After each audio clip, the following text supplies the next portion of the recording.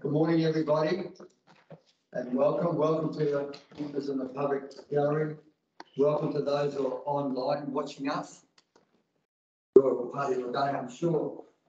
And also welcome to staff who are in the room. Very warm welcome. I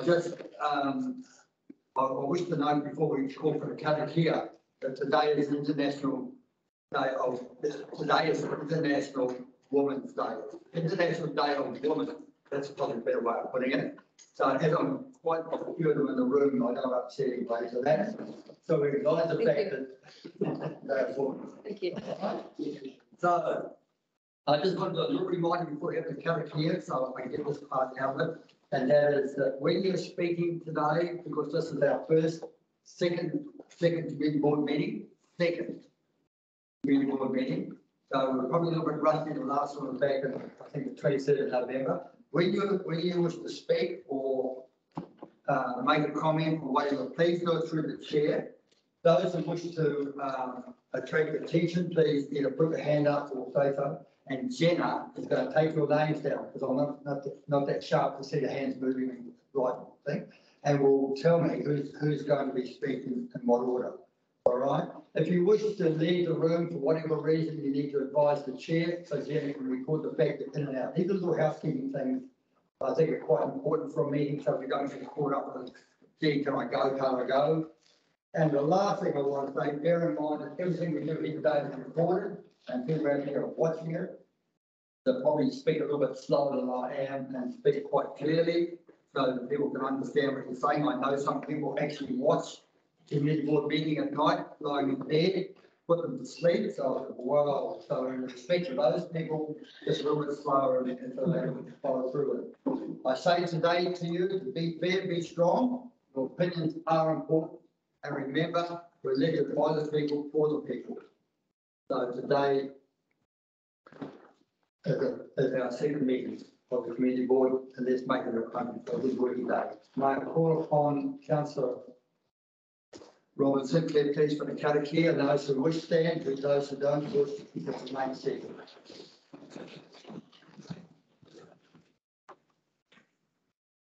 And I'm talking of Martin. O te rangi, o te whenua. Charity ki na e mātou, e nā a whiwhi, I raro anu, e te aro, a rangiru I kuia, a whakatona e takatote. Whakamara ki a Te te. Humie, tārahi. Ko te atua, ko ia nei te ariki o te rangi o te whenua.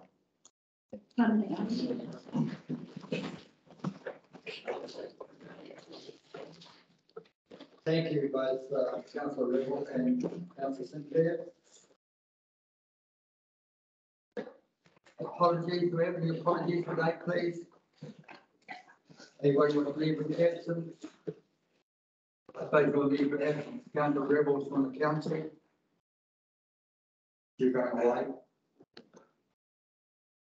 You'll be at the next meeting? I will be. Oh, good. I will be. I couldn't even think of meetings without looking at it. Okay. If there's no apologies, no leave absence, we'll move on to the public forum, item 1.3.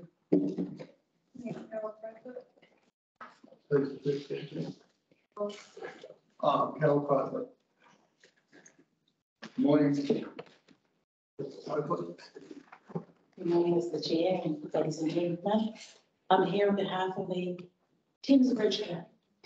You asked us, well, we have a lease with you on 401 Brown Street. We've been in that residence for, I think, last year or the year before, maybe. We celebrated 50 years. And during that time, I hope that we've been good to our landlords. We've tried our best to keep upkeep of the club rooms. We've done a couple of big renovations, make it even more wonderful for us and our members. We have approximately 66 members, but it flows. and average age of about 75. And we feel that the club is wonderful for them. Cognitive, it does a lot for them on the social level, cognitive level. And we believe that, well, we certainly hope that we can continue this relationship with PCBC. Is there anything I can, any questions? Chair. So if you ask the board members, do you have any questions? These questions are questions of clarification, not even to discussion. Yes. Sorry, could you just repeat about how many members do you have? Approximately 66, but it flows. We have some. Is bridge hard to learn? No. Okay. I think it's easy. If you have any card sense, why are you thinking of it? I'm too young. Through the chair, can I, Carol, hi, just number of days a week that the club is operational? We play 3 days a week. Yeah. We play Mondays and Thursdays during the day. Yeah. And we have a Tuesday night for any workers that we have as well. It's easy for them to come and see. And you run competitions from time to time too, don't you, weekends? We run competitions, we have invitations to other clubs to join us. Yeah. It's really quite social. Yeah. And we try to encourage that social part of it, especially as a lot of our members are on their own. Yeah. Widows, and this is really important for them. And the venue's big enough for you? Probably not. At this time, yes. Yeah. If we have competitions, we just level it to like 16 tables. Right. That makes it comfortable for everyone. Okay. Yes, Councillor Royley. So is the lease arrangement that you just said, is it like a 5-year lease that you have with this? For 30 years was the It last? was, excuse me, through the chair, I think it was 30 and you're looking at 20 now, aren't you? We're looking for a lifetime, but we'll take it. I think I read that. So just to clarify, so it was a 30. It was a 30 now. year lease, and I think the new one, is that right? Somebody? Pretty sure it's 20. Yes, and thanks. Any further questions? Would somebody please move that we receive? Carol, move by Councillor Rebel, second by Deputy Chair Johnson. All those in favour, please say aye. Aye. Those against, declare carried. Thank you very much for your presentation. Thank you. Carol, thank you. I'm sure Councillor Rebel is probably, Rick is probably different to the pontoon or something like that. Thank you, Mr. Chair. Right, so we've got the presentation on marine. Also, for this year, we have Sydney Wales online to speak on behalf of Biosecurity New Zealand. Can you see him? Yes, I do. Good everyone. Welcome. Can you hear me? Yes, we can. Brilliant. Yeah, cool. So my name is Sid Wales. I'm a senior advisor here at Biosecurity New Zealand. And I'm just going to talk to you guys a little bit about this invasive seaweed that we've had arrive at Great Barrier Island and Great Mercury Island, which was detected about nearly 2 years ago. So I've just got a bit of a presentation for you. I can share my screen.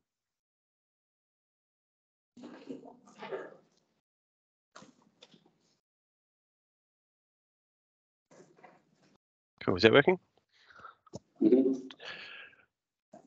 Great. So yeah, the seaweed's called exotic caulerpa, and so I'll just give you a bit of an overview of what the seaweed is, where we think it came from, what the risks are, and what we've done and are hoping to do to try and prevent it from spreading around New Zealand. So what is exotic caulerpa and why are we concerned? So it's a seaweed from the Indo-Pacific region, but it can also be found all over the world from Africa to Australia, other Pacific islands, and even southern Japan.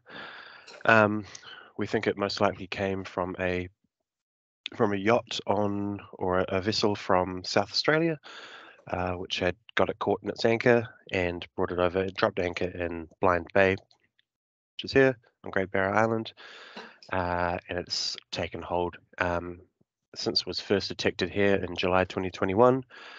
We've also found it in Whangaparapara Harbour to the north, Trifenus Harbour to the south, and Great Mercury Island in this Western Bay here. So why is it bad?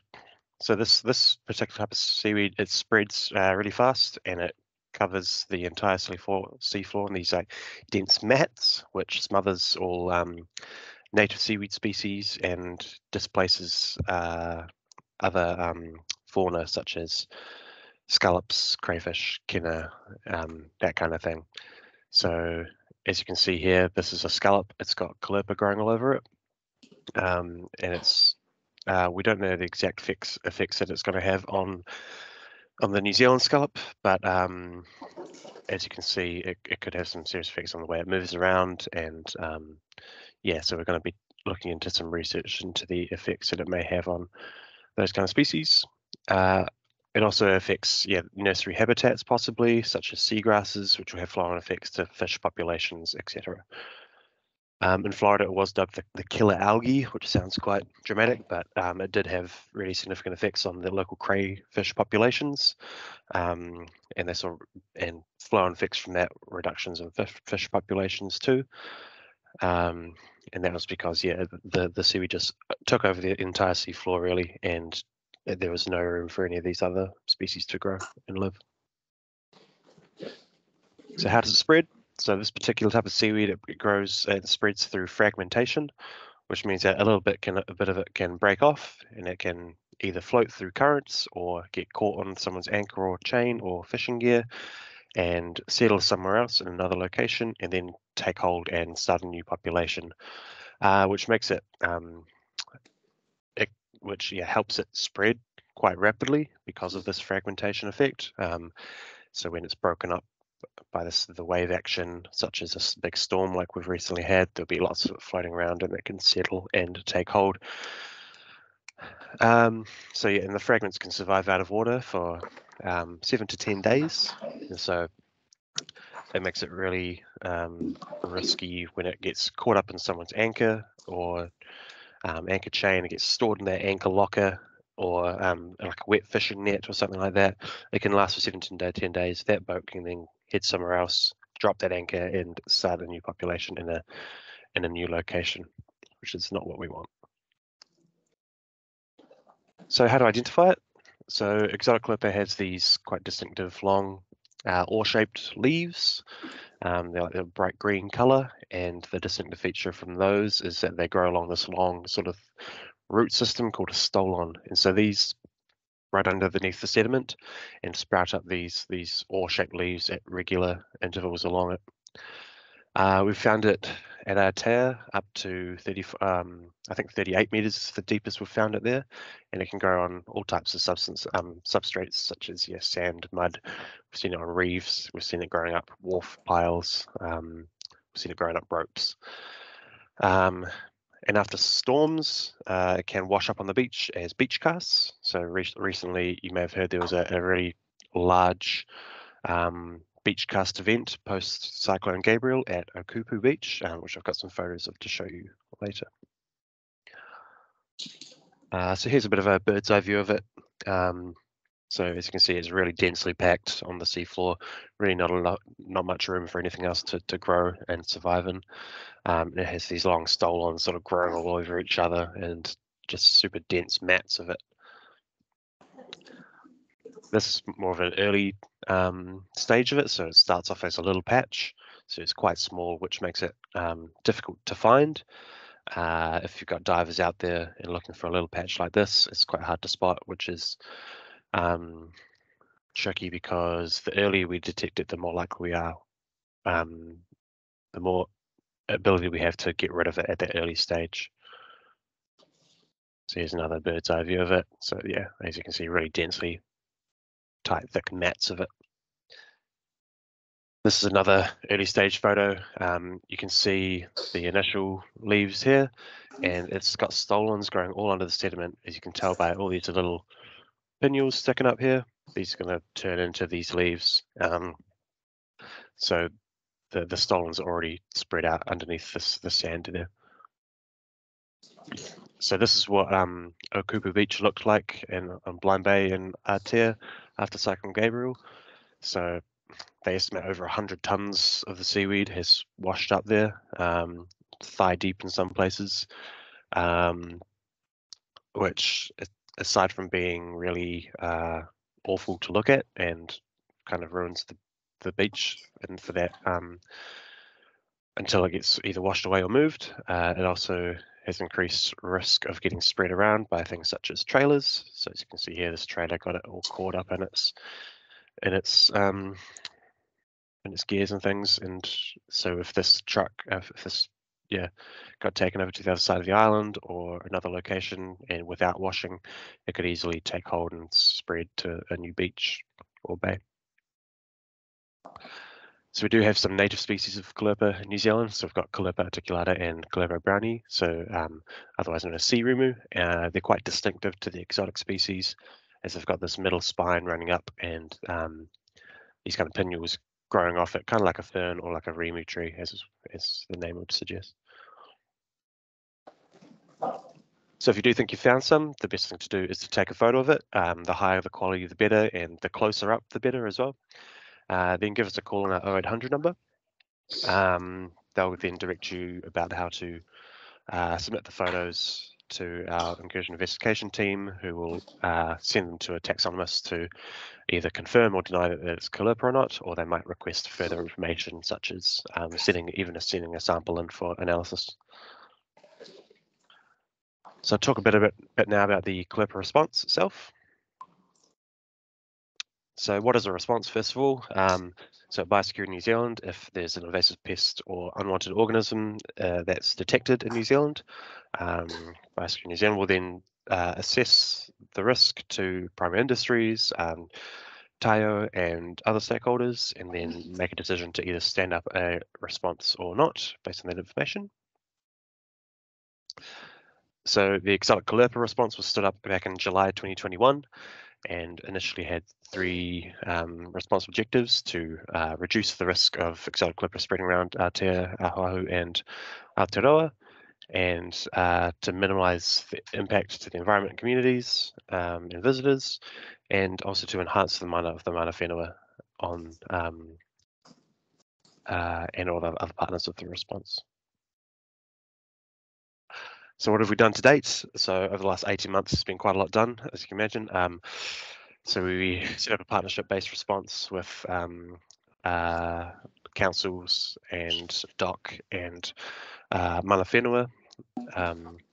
Set up a technical advisory group of leading marine biologists to help us decide how and what to do with it.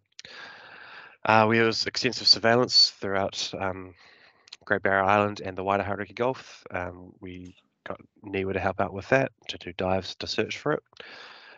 We set up controlled area notices on the 3 harbours in Great Barrier Island and the western harbour of Oahu to help reduce the risk of human-mediated spread.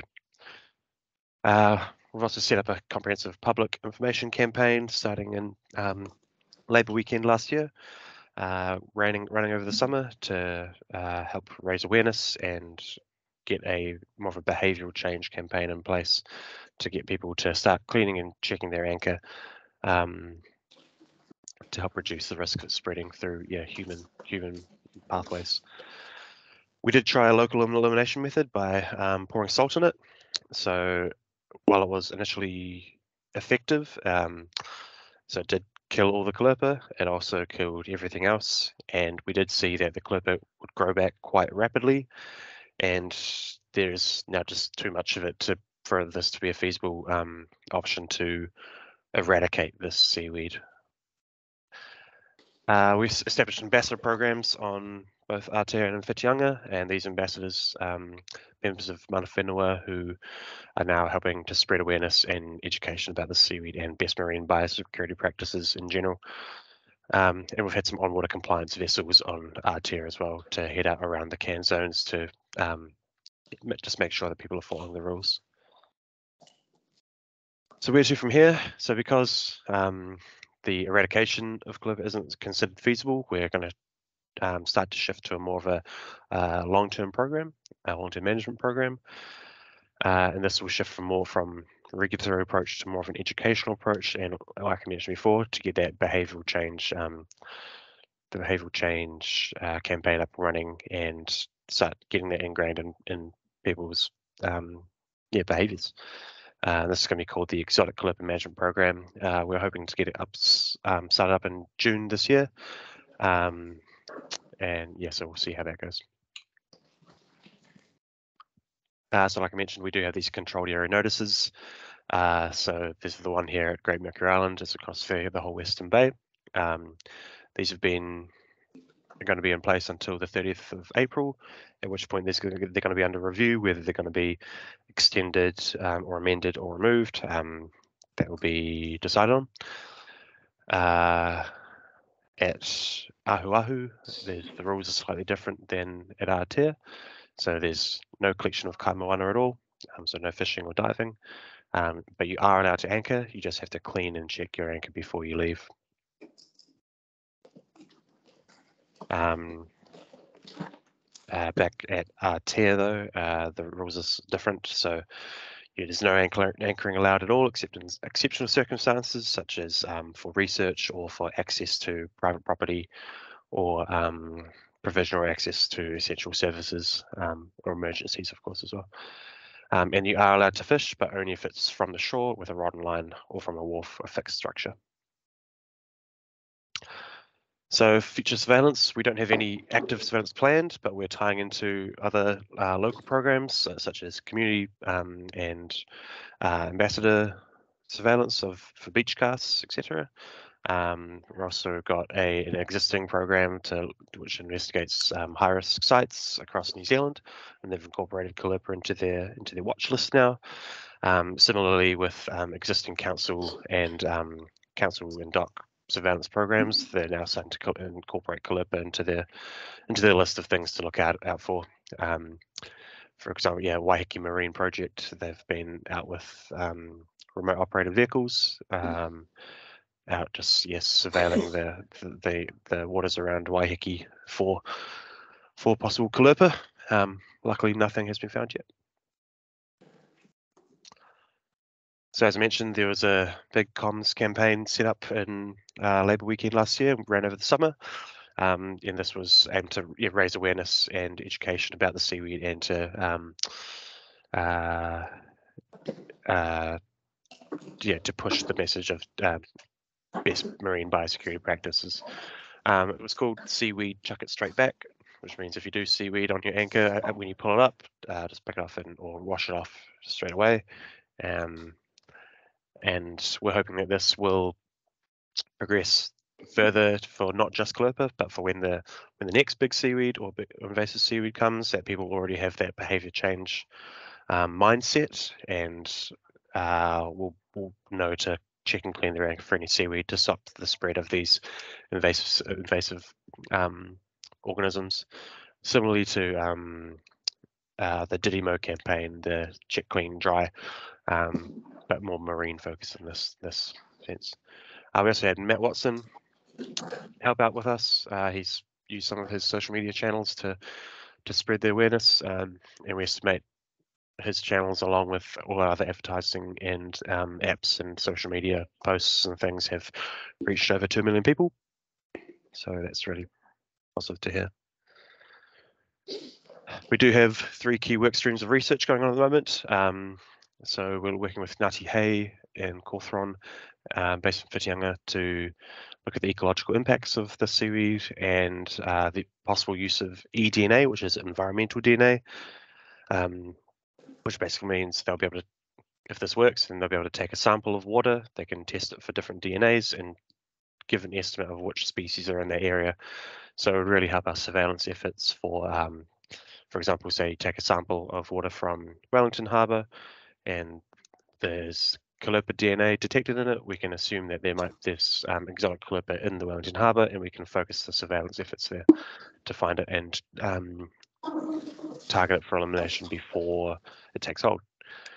I've also got Niwa on Aotea right now. They're there this week, looking at the ecological impacts of the Kōpū, specifically on taonga species such as kina and scallops and crayfish. And they're also taking the opportunity to look at how the Kōpū or native species recover after the big storm event that we saw. And then finally, we're working with AUT to start conducting some lab trials for kina to see if they will eat it. And this could be a possible biocontrol method in the future. So that's it for my presentation. So if anyone has any questions, go ahead. Okay, you heard Mr. Wales. Does anybody have any questions of him, please? Oh, Councillor Sinclair has a question. Yeah, some of the photos that you were showing had, most of them had a sandy bottom, but I'm aware that the Kōpū will latch onto things that have hard structures like the scallop shells. So is sandy bottom, is that where you're going to find it, or are you going to find it on rocks and, Yeah. Yeah, we've seen it over a wide variety of different substrates, from sandy bottom to sort of cobblestoney bottoms, reefs, and rocks, and even the wharf piles and ropes. We've seen it grow up as well. So it's really good at just growing over anything. Okay. Does anybody else have any questions, Mr. Wales?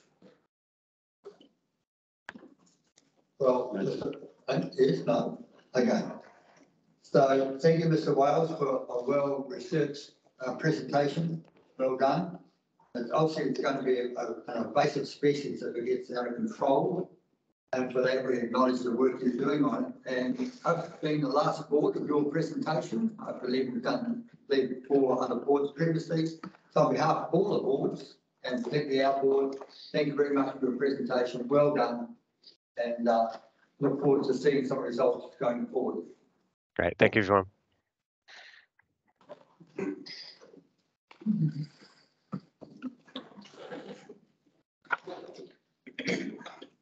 Oh, somebody please move that his presentation be. I'll move that. Moved by Councillor Rodney, seconded by Board Member Karakia. Any discussion? All those in favour, please say aye. Those against, declare carried. I know, but there was no discussion, so obviously I could just said carried. I appreciate the schooling from the sideline. So, is there any more presentations like that? Good. Right.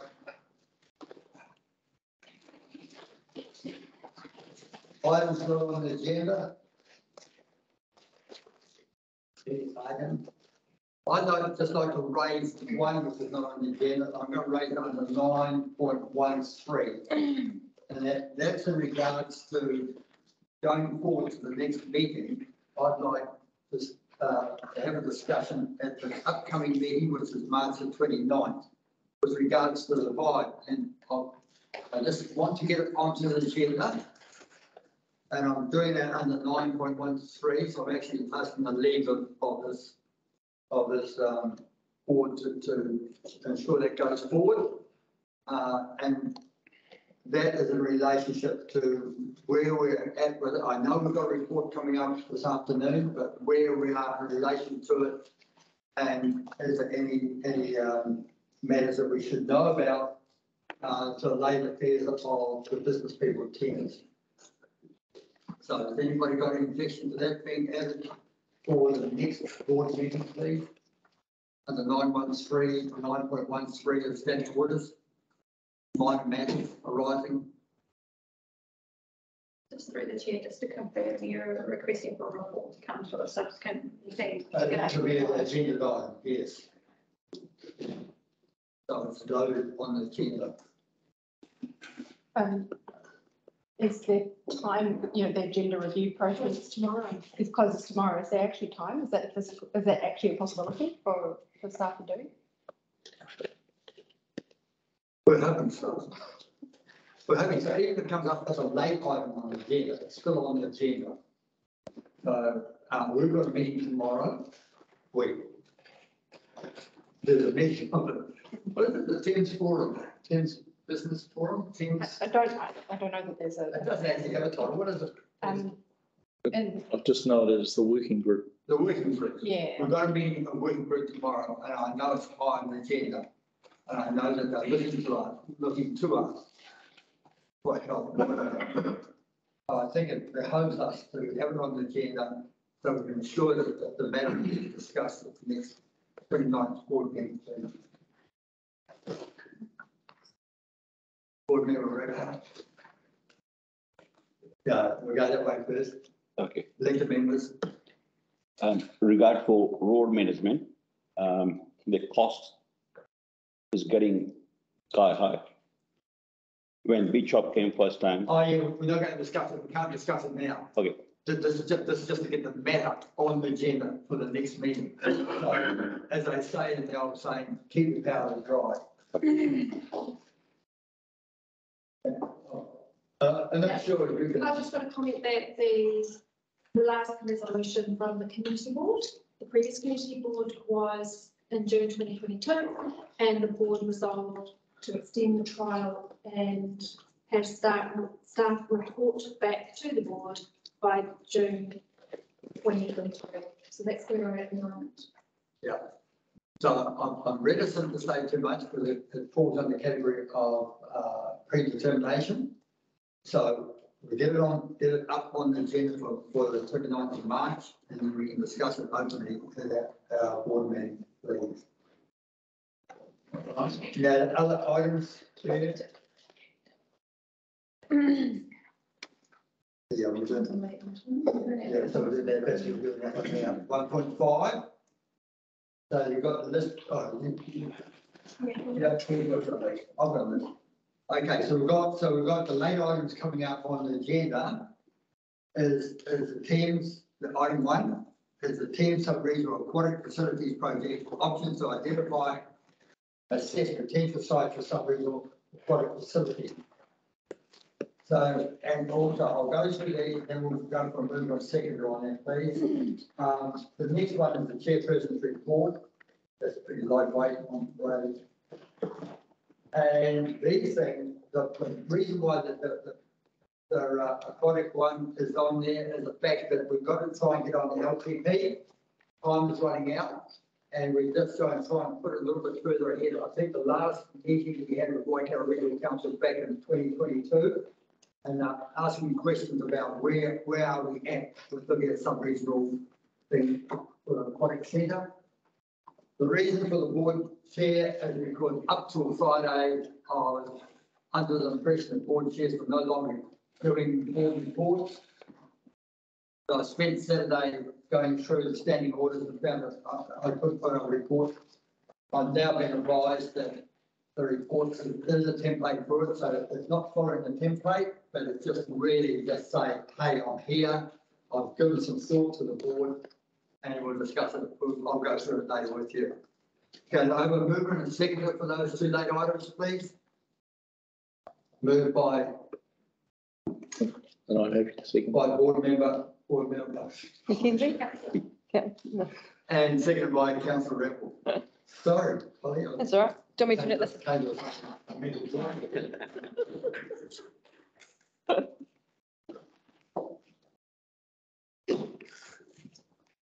Okay, any discussion on later items? There's been another proposal, put the motion. All those in favour, please say aye. Aye. Those against? They're carried. 1.6. Any conflict of interest around the room, amongst board members, please? Pointed or otherwise? There being none. We'll move on the minutes of the last meeting to be confirmed, please. So we have a movement, I'm probably, the chair should really move because the chair of the meeting, so I guess it shows a little bit of confidence in the minutes. I'll move it. Do I have a seconder, please? Seconded by Board Member Rakan. So the minutes are open. So I'm going to move that, but actually if I move it now, or do I wait to see if there's any amendments? I'm seeing advice here. You know, just in your reading, Yeah. discussion. Yeah, so I was going to put it. I want to, has everybody read the minutes or taken as read of the previous meeting on the 27th of November? And any matters or amendments arising from that in relation to correctness only, not discussing topics on here? There being none, I propose to put the motion.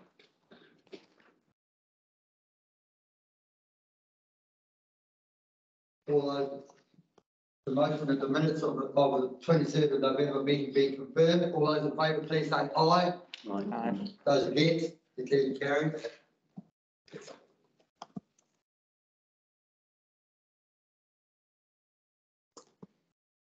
Two point one.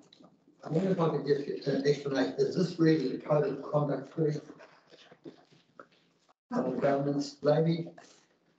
It comes under another name here, elected members, procedural matters and information. So through the chair's report, basically informing you of the documents that were adopted by council at their meeting in December 2022 meetings. So it was the code of conduct, elected members dispensers, and resource policy, and the 2023 meeting schedule. Right. Okay. So you've all probably read the code of conduct, no doubt. We must be the last board to adopt it. So, receive it. Yeah, well, it's been adopted, receive it. Okay.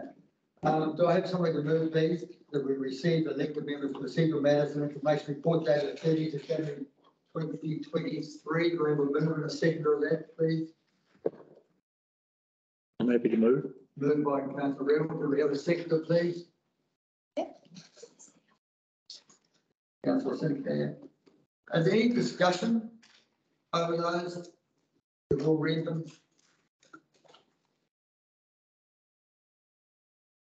Okay.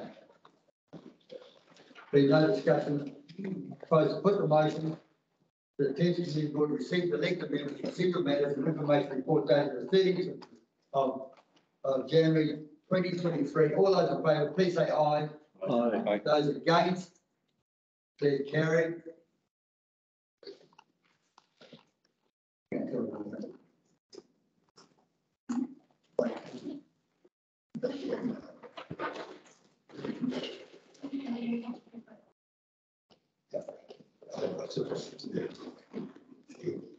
Okay, item 3.1, new licence to occupy Kōpū Marine Precinct.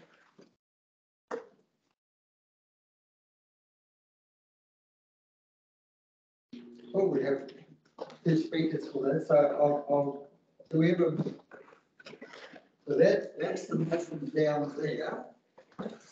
In front of the Thames Community Board received a new licence to occupy Kōpū Marine Precinct project dated 21st December 2022. And there's a recommendation under 2, which I'm not going to read.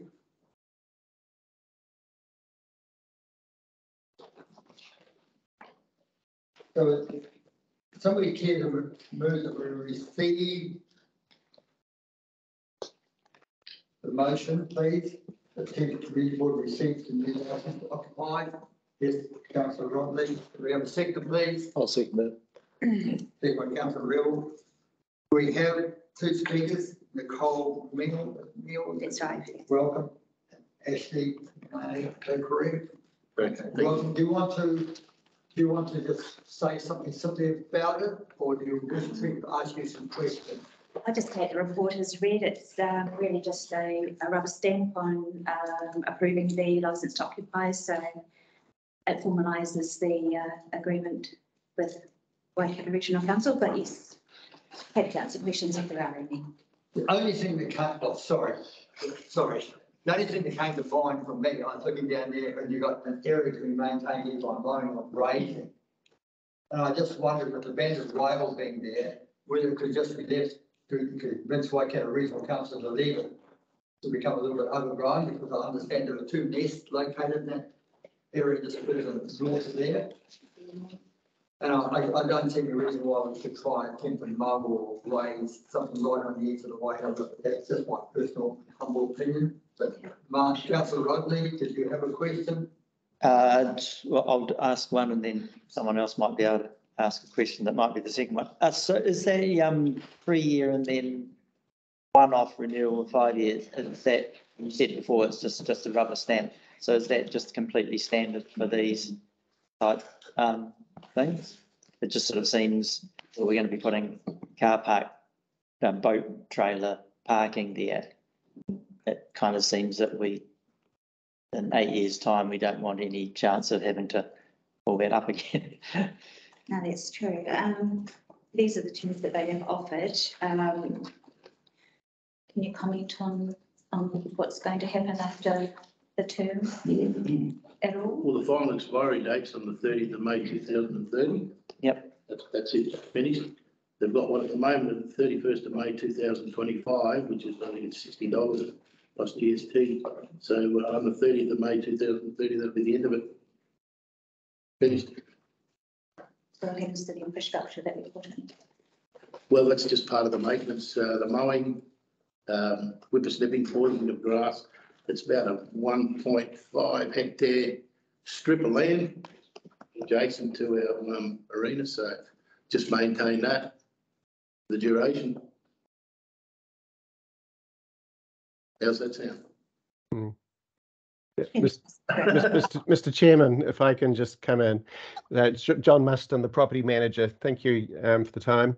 In terms of Councillor Rodney's questions about the term, the Waikato Regional Council, just like us and most councils, have sort of set policy time periods for granting of licenses and things. So we are just getting what they will allow in terms of their policy for now. There's every expectation at the end of this 7 years, 7 months odd, that they will renew, prefer the term, a new license.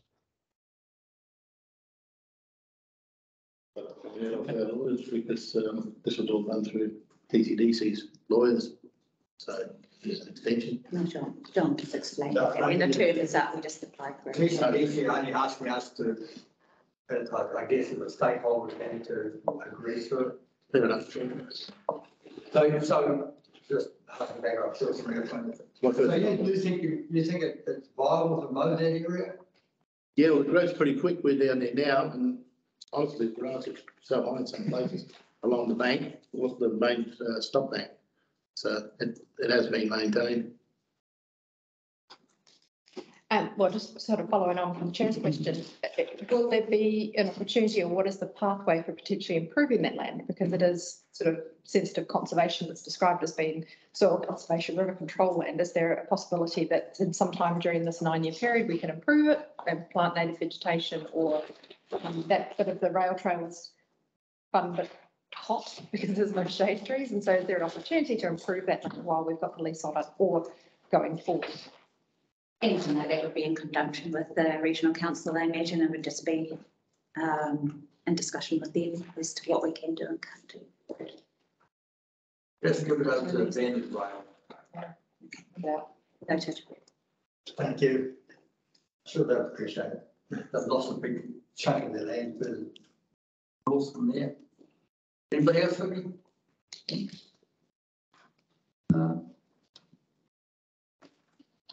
Well, thank you very much.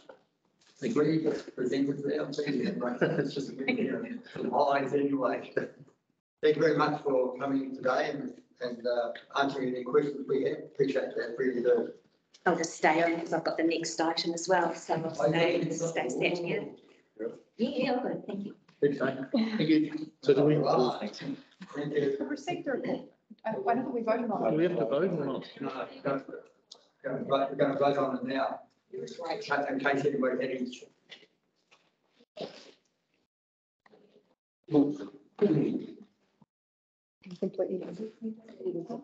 Ah, right. That's just quickly. So when I asked you about moving and seconding the Thames Community Board received a new license to occupy Kōpū Marine Precinct. Did you include two in your approval as moving and seconders? Realise that two was attached to that. You comfortable with that? Councillor Rimmel and Rodney? If so, I'll propose to put it as one. So just through the chair, I did actually just notice that it said land type stop bank and floodway. So if WRC decides in the next, and Dean might be able to shed some light on this, decides in the next few years before this expires that they are going to increase the height of the stop banks, presumably they would still be, it would be them doing it, not us, because we're occupying it. Yeah, there'll be an existing licence to occupy in place. John will probably be able to give better advice on that. But it's not gonna put us at risk of having to do the stop bank work ourselves or anything silly like that. Yeah, none whatsoever. Through you, Mr. Chairman, none whatsoever. Good, thank you. Can I just, Mr. Through the Chair, can I just ask you to restate the motion, please? Well, then we can restate. Okay. Points 1 and 2. Okay. Andrew. Yeah. Okay. Thames Community Board received a new license to occupy Kōpū Marine Precinct project report dated 31st December 2022. That's 1. 2. Recommends the council that enters into license to occupy number W163, W164A between Thames Community Council, Waikato Regional Council, for council to occupy approximately 1.83 hectares of soil conservation / river control land on the following terms. License number W163, W164A, land, Waikato zone, land type, stop bank and floodway, commencement date 3rd of October 2022. This is a retrospective what I was doing. Term 2 years, 7 months and 29 days. I'm not sure if that's correct. Final expiring date 30th of May 2030. Right of renewal 1, in brackets 1 words. Renewal of 5, in brackets 5 words, years. License fee is $60 plus GST being a one-off administration fee.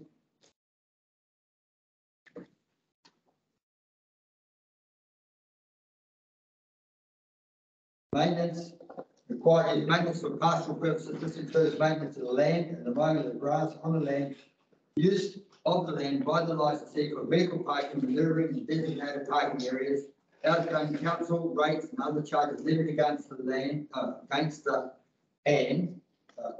levied against the land, set charges for water usage, land pasture, council drains, fences and running of surface crossings, gateways and stock working system as part of the maintenance. So if you're moving the first part, I guess that part 2 follows.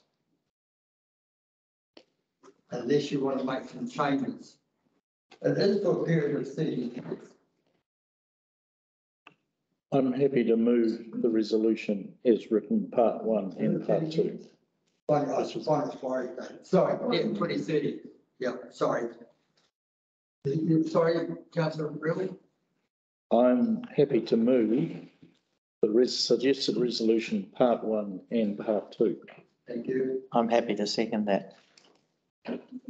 No, You make me read all that out. no, I was trying to just Right. hook in part 2 Okay. in a simple way. Not actually expect you to read it all out.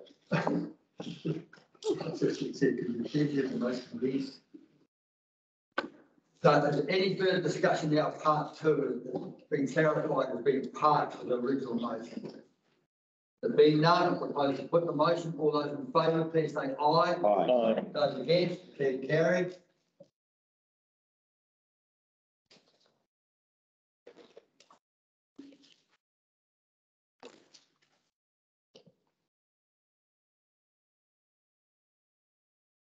Right, do I have a move and second for the new lease of the Thames Bridge Club Incorporated, please? Moved by. You can vote Councillor on. there. Do I have a seconder, please? Now, this is that the Thames Community Board received the new lease Thames Bridge Club Incorporated report dated the 20th of January 2023 and recommends to council that, now this is in two parts, approve one, to advertise a proposal to grant the Thames Bridge Club a new lease over part of Victoria Park for a period of 20 years in accordance with council lease, or approve option two, invite expressions of interest for the public to use and lease the currently occupied by the Thames Bridge Club at Victoria Street Park. According to the standing orders, we really should receive the new lease for the Thames Bridge Club Incorporated report dated on that. In the first instance, and in both either on A or B. Does anybody disagree with that? So you've got two parts of that there. One is you grant the lease, or two, you invite expression of interest from the public to use and lease the building. In other words, they will not have a sole lease on the building. Maybe we might just ask you to elaborate exactly what the intention is there to help board members to understand that. Sure. Would the new, we have to express some interest, would that be a 20-year lease as well? It'd probably be a similar term. It's just part of the Reserves Act that requires us to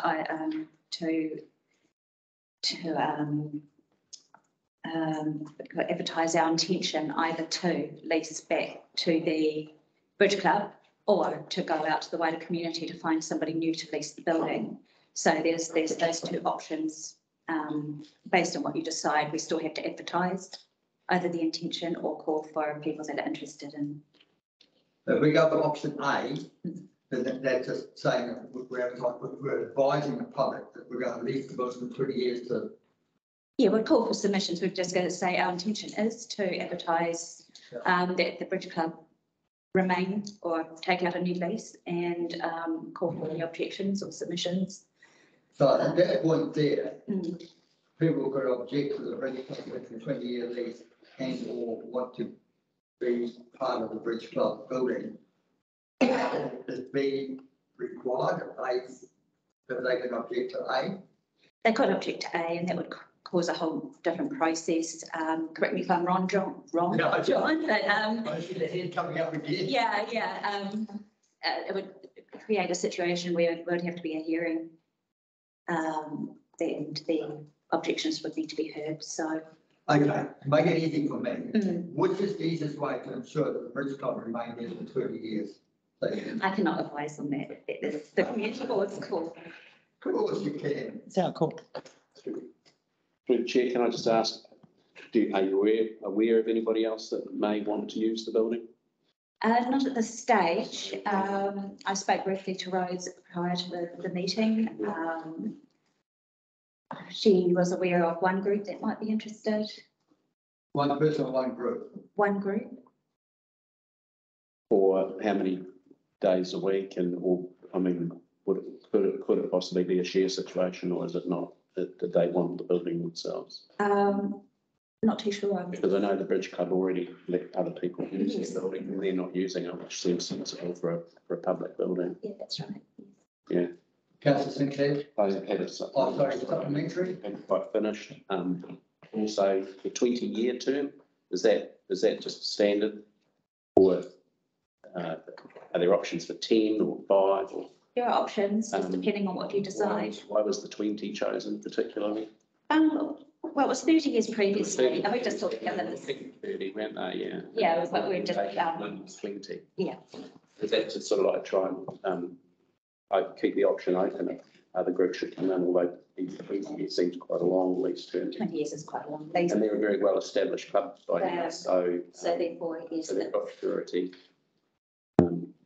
Yeah, okay. they've made a lot of improvements as well. And, Oh, okay, so they've actually, so I suppose giving them 20 years gives them that security. yeah, okay, thanks. Thanks. Thank you. You know, given what we heard this morning and what we've read in the paper that we have, I'm pretty happy to, at this stage, move option A. Number one, it seems to me that this is the easiest, my reading it to answer your question, Nicole. That seems to be the easiest way to ensure that we have the longevity of the Bridge Club in that generation. So that's, I'd like to move it. Do we have a seconder for option A, please? Oh, I'd like to second that, but can I also ask a question? Certainly. So I just want to clarify, I think someone before sort of seemed to be saying that the option 2 would allow other groups to use it at the same time as the Bridge Club, but it would be option 2 to open it up for another group to say we want the entire lease. Yes, It's not like, it's not. yeah, it's not like they'd keep part of it and That's right. yeah, so, okay. I'm still happy to second Councillor Sinclair's moving for approving option 1, A.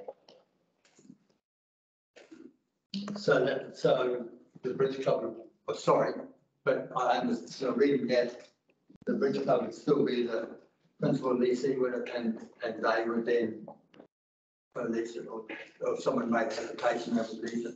They could sublease, but as Rob stated, they also let other people use it for, you know, when it's required. Listen, has we got any comments as how they are as tenants and any problems? Mr. Chairman, through you, the Bridge Club has been a good tenant. They keep the place clean and tidy. They do what they're saying they're doing. They provided that utilisation information that's captured in the report before you. So it suggests there's, you know, an ongoing desire and use of Bridge Club. They've been going for 30 years on that premises, and they'd obviously like to stay a bit longer. And we heard in public forum, the speaker there suggesting they'd like to do so. So if you elect option A, which is to really favours the Bridge Club, so we'd have to go out and publicly advertise for a calendar month under the Reserves Act, inviting, as Nicole has said, people to make submissions or objections to it. And as part of that process, someone can elect to be heard by the council in respect of their submission, just like really annual plan type stuff. And then the council would hold a hearing, hear any objections or submissions, and then make a final determination to grant or not to grant a lease to the Bridge Club.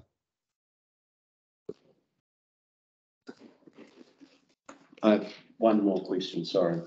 The 20-year lease term, is that set contract, there's no breaking that? Are there any terms for either council to break it or the Bridge Club to break it? We can add a termination clause, but No, I'm not asking you to add it in. I'm just saying once, if we say yes, you can have it for 20 years, is there any way later on to come back and say, oh, something else has popped up, we need it for? No, there's not. Okay, so it's 20 years. Okay, thanks. unless they breach their lease agreement. Okay, thank you. Yeah. Is it a rent review in that 20-year period, or they pay the same today that they're paying 20 years time?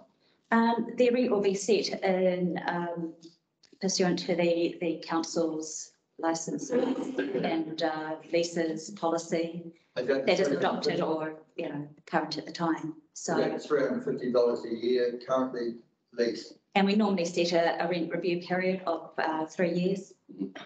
So we, you know, depending on what it is, or the council decide what that category should be. But yes, presently it's 350. Put it on reserve ground. And they're a community group, community organisation.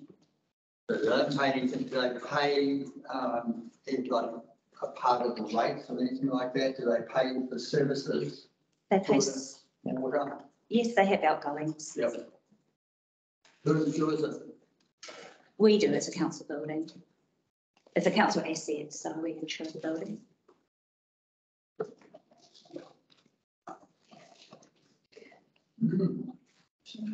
Yes. I'll just quickly do the little bit math through the chair, sorry. If we insuring, council is insuring the building and return is not enough, I can't see any right sense on that. But the rent is low, insurance is high. So I'm not getting that part right. Yeah, I guess it's like just about anything, like lots of places around the Kōpū International are reserved land that only pay $350 a year. Bottom take out, fishing club, for example. That's not set through this, that's set through a different council process. We can't set in terms of the finance of the lease here because it fits into a category in a different policy. Okay, any further discussion on that? So that's the. So I guess my comment is that in terms we have over 150 community groups, and Nicole's proposed recommendations reflect that this is an incredible process. Those options provide you with the consideration around other groups having input into this process. If there is a need. Under the Reserves Act, as Nicole has said, it is a requirement that a new lease is advertised, and this process that Nicole has referred to is an equitable fair process.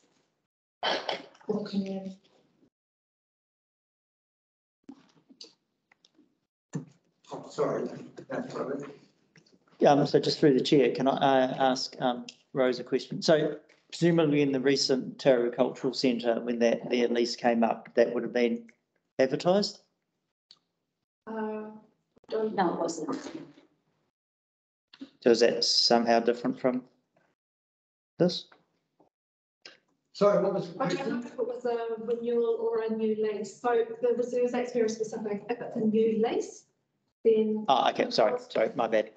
Apologies.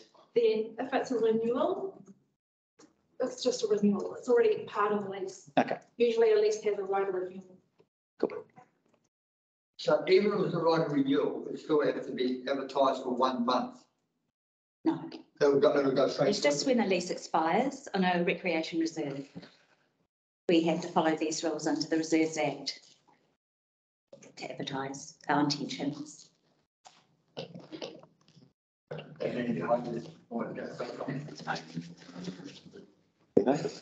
right, so we're all clear?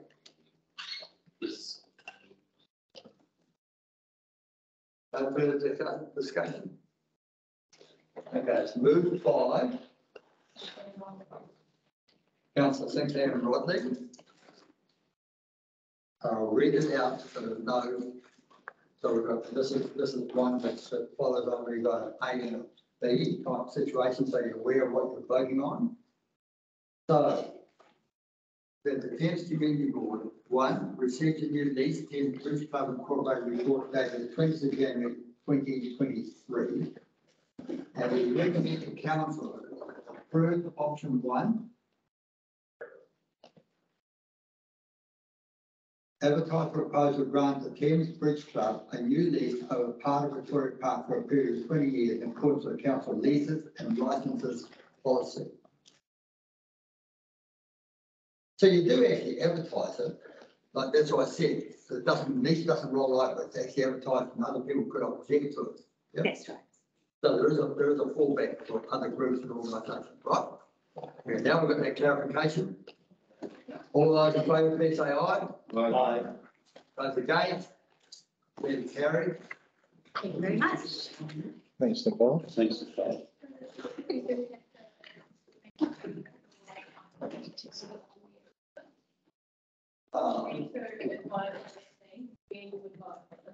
Wow. When? Oh. Right.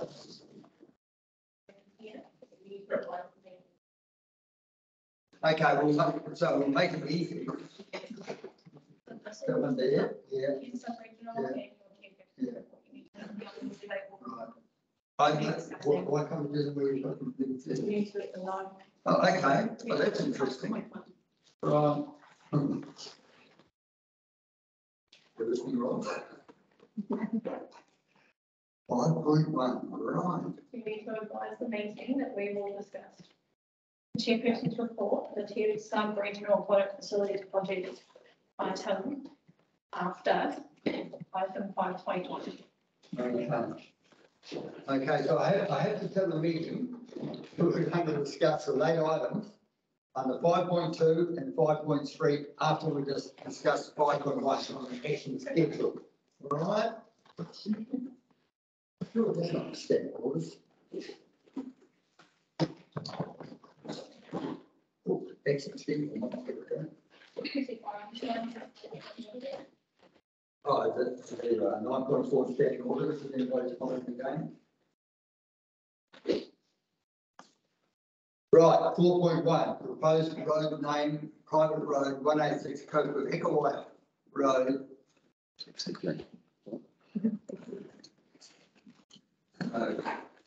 Who's got it? Oh, Jane Andrew. Good morning. Oh, hello. How are you? Good, thank you. That's gone down memory. Latest. Certainly is. Jane, I used to work with Jane back in 2000. She had been listening to me. Right, welcome. Thank you. Good morning, board members. Through you, Mr. Chair, if appropriate, may I take my report as read, and I'm happy to speak to any key points or answer any questions from the board. So has everybody read the report? It's quite simple, really. It's what they put forward themselves. But I don't think we would have anything. So can I have a move, please? The Thames Community Board, and this is a two-part one as well, please note. Can I have a move, please? And the second is the Thames Community Board receipt the proposed road name, private way 186 Kōpū Hikuai Road, 25, State Highway 25A Kōpū, report dated the 19th January 2023, that's receiving it, and recommends the council that to approve the preferred road name on Stanley Drive for private way 186 Kōpū Hikuai Road, and those numbers there with it. And if you read the thing, that Stanley is taken out of Kevin Stanley's flute, whose middle name was Kevin, and Kevin Flutes was the one that put that subdivision in up there, called Kerry Views. Okay. Yep. You're going to move? Yes. Move. It's a nice day for board members, ain't it? My board member Johnson, second my board member Rugby. Is there any further discussion on that matter? Being now proposed to put the motion, and sorry, Councillor Real. And Holly got who's up first, I think. What? No, I'm just Oh. flicking my pen around. So, without passing any particular comment about the choice of name, I do know somebody called Stanley and I hate him, and so I don't respond warmly to the name. But as I understand, all we have is the opportunity to veto, is that right? Because it's a private road, he can call it whatever he likes, and we kind of have to agree on that, and it's a veto and would have to have some good reason to veto it. Is that right? Through you, Mr. Chair, if I may answer. Yes, that's correct. So we've got a new policy that the council adopted last year. So there are very specific selection criteria for public roads, so roads that are generally vesting in council and open to the wider public. So we have more control over those and the selection criteria, so we would assess the options against that. For private ways, it is a little different because, as you're aware, they remain in private ownership. They're not generally open to the public. And in this instance, provided in accordance with the policy and the procedure, provided the names put forward are compliant with the standard, there aren't any specific selection criteria that apply. So in this instance, the names have been assessed against the district road index to make sure they're not duplicates or not similar to anything that exists. And the applicants have put forward some reasoning as to why they have suggested those names, and they comply in all other respects with the standard. So that's the reasoning for the recommendation that's come forward. Thank you very much. The applicants actually put two names forward. One is overrise and the other one is standardised. So, and the preferred one, to name it after their father. So does that answer your question? James answered my question, yeah, very clearly, thank you. I feel sorry for Stanley, your friend. He's not my friend. I know a guy who hate him. I'm just trying to ease it. Didn't sound so bad. Right, all those in favour, please say aye. Aye. Those against, keep carried. Thank you. Thanks, James. Thank you.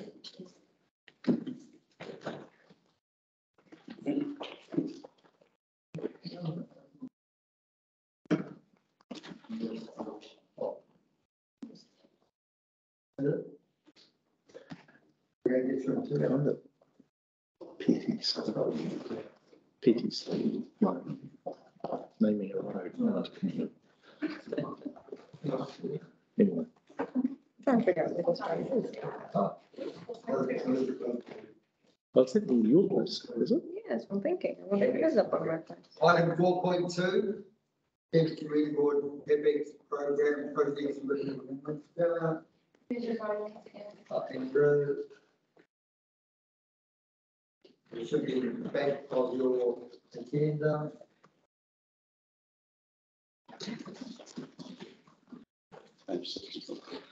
So. 66. Huh? Yeah. Thank you.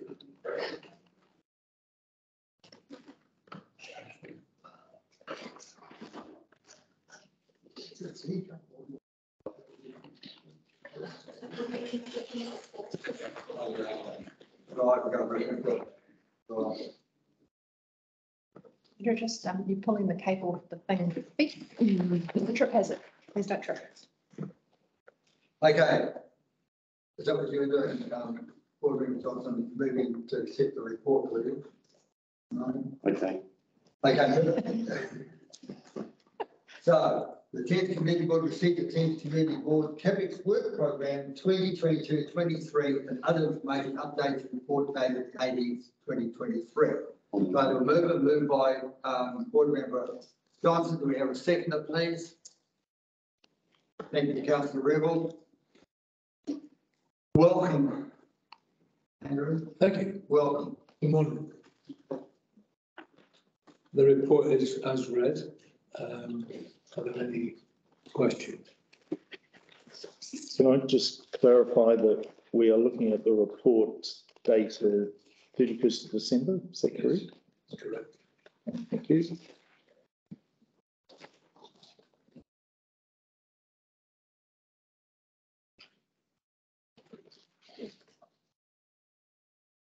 So you cover off all these little items down here, do you? Do I what, sorry? You cover off all these items here. I oversee them, Right. most of them. I don't know everything about everyone, but there are certain ones I'm quite close to. Okay. Councillor Rodley. So I have a question, not necessarily about any of the particular items, but we've just had it identified that the report's in January, but the year-to-date spends are actually from November. That's correct.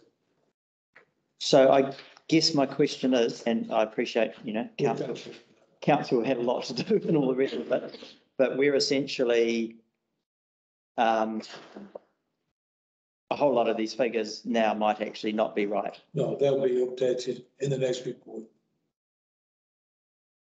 Right. And we get the next report at our next community board meeting. Okay, because I know there was has been some talk over the last term about how these can very quickly be out of date, and we then ask a question saying, oh, how come you've only spent that much? And the comment will come back, well, actually, no, we spent this much. So I guess the question is it possible, is there an appetite for these numbers to be more accurately represented? You mean more current? More current, yes. Yeah, more current. Yes, there is. Right. At the next report, but yes. I could say wait and see. Right.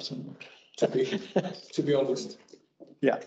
They'll be updated, and they're being updated right now with regard to the costs that we've got in January. We've got costs through, including the renewals, and the other ones for February are being put together. Okay. So it's not just the timeframes that we have to have for agendas and things that these are, these figures are at November. Okay. Is it a governance issue? It's just relocated down there. And he's got, this morning especially, he's got more updated figures, but he's got an answer for you, one or the other. So, good morning, members. Thank you, Mr. Chair. So, through the chair, I'll just make a few comments around this. Our timeframes, there's always that delay that you're right, Councillor Rodney, we have talked about. There's always a bit of a delay about the figures by the time we get to the board. Yeah. And that's because there's a delay on actually getting all the prior month closed off. So often you actually don't close it off till the 20th of the following month. Yep. And then there's also the delay because we get reports in 2.5 weeks before the meeting. So when you sometimes they don't sync, and so you can have a bit of a delay. What we've got here with this meeting's report is probably, unfortunately, the kind of most spread or the most out of date. And there's a couple of reasons for that. I don't think we've had them this late. Yeah, we haven't. And one is obviously we've had a lot of stuff going on. But the bigger issue is that this meeting was delayed and should have been earlier. And so what you've got is it's only 3 weeks until your next meeting. So those figures that Andrew was talking about, more up-to-date figures, you'll get those in 3 weeks' time. We're just currently going through building the agendas at the moment. So you've kind of got a number of things that have staggered and thrown us out. So whilst we would love to be able to give you very accurate numbers that are very timely, there are a number of processes, as I mentioned, in finance, as well as through the actual compilation of the agendas that kind of prohibit it. Okay, so answer your question, Councillor Rosling? It does, yes, thank you. Good. I'm a great believer of having to involve in operational matters, of flicking down through here and just making sure everybody's comfortable. Sorry. Hand up before. Make sure everybody's comfortable with these little lines going across. So does anybody want to lead off going, we'll do it page per page. Have you got anything on page 1 that you want to discuss, anybody? Page 57. Okay, well, with regards to Park, for example, it seems like a fait accompli that that's going ahead as a thing. There seems to be some difficulty about unloading children on the side of the State Highway 25 and things like that. Is there any provision within this putting this parking playground in changing places that we got off-street parking, say for example on the Queen Street car park? But when I read further down, we talk about doing the Queen Street car park, and I think it would be if we do the Queen Street car park, which is going to start to begin by April of this year, should we not then make provision for some lines in the car park rather than come back and have the overpaint the lines? Because I presume when they do spray, reset the car park, they'll be spraying the car park lines. So do we now say yes, that that park playground will be there? So we'll designate some parking in that Queen Street to unload children allowed to use it. Yeah. So rather than have those bigger parks, we have a designated area at this end of it, next to the band room or whatever. Yeah, so through the chair, I don't know all the specifics of that, but I know that has been discussed, that obviously that makes sense with that Danby Field car park. It's very close to where the changing places and the future playground is going to be. And I would hazard a guess that Councillor Rebel probably knows more about it than I do. So I'll stop to that. Through the chair, I'd just like to confirm I do know more than about the product part. Oh, I thought you were talking general. You're exactly right, and the project has taken that into account. The project, the contract has been let for the remarking of the car park, and specific areas have been set aside to enable people parking for the playground and for some additional mobility parking for the playground. So we will not be in a situation where the car park gets fixed and then we have to do a paint, I think was the point you were making. That's feasible here.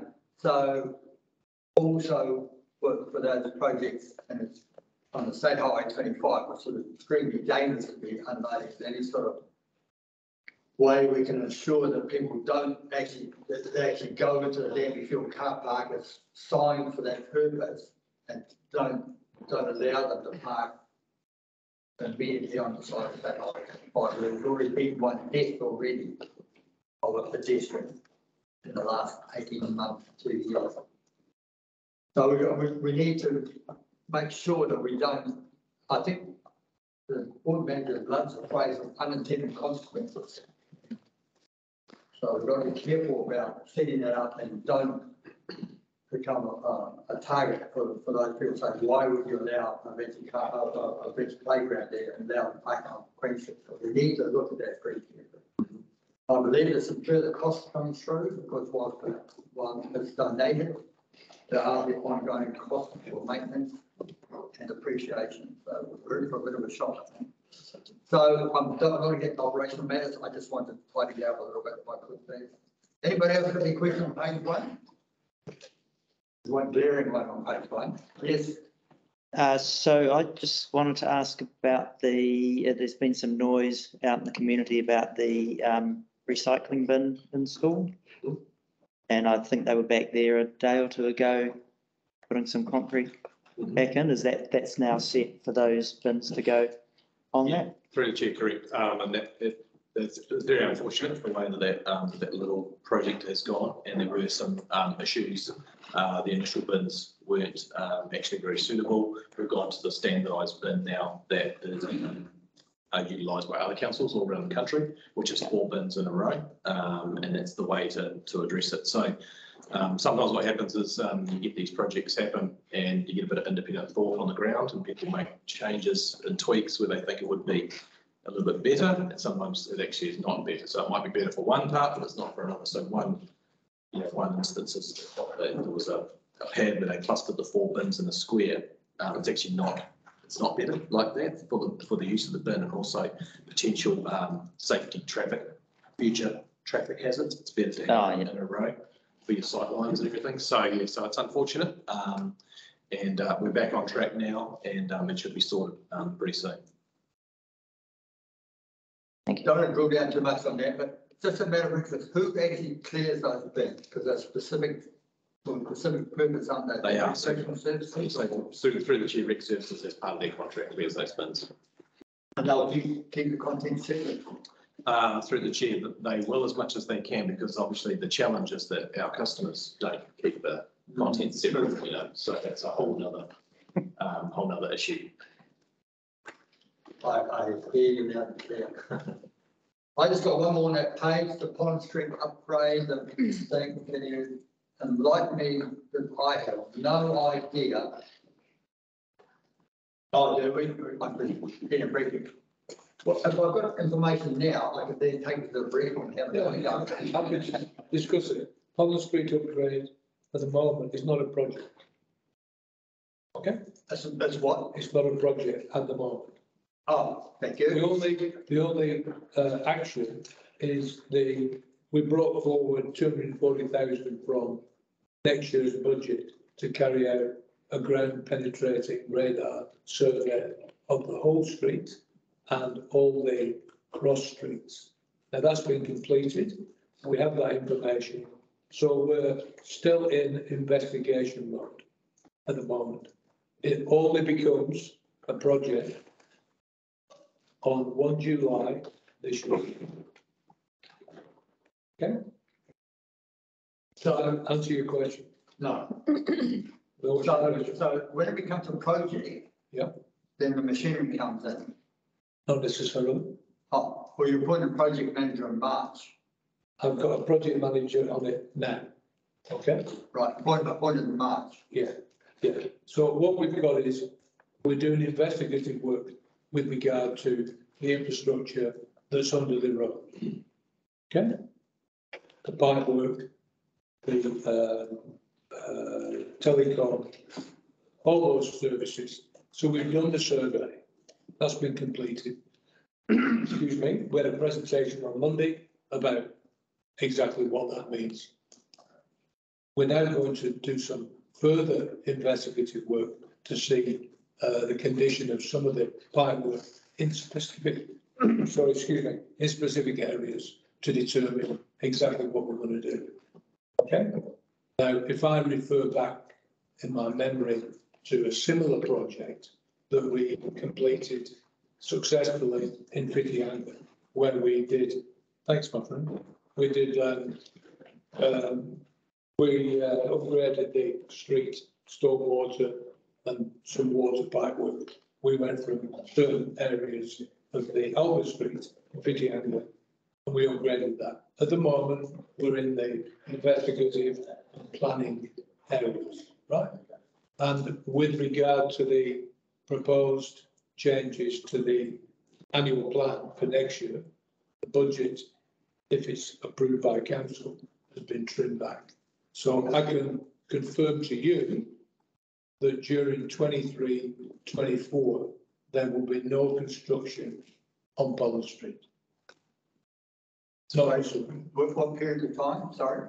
Next year, 23-24. There'll be none whatsoever.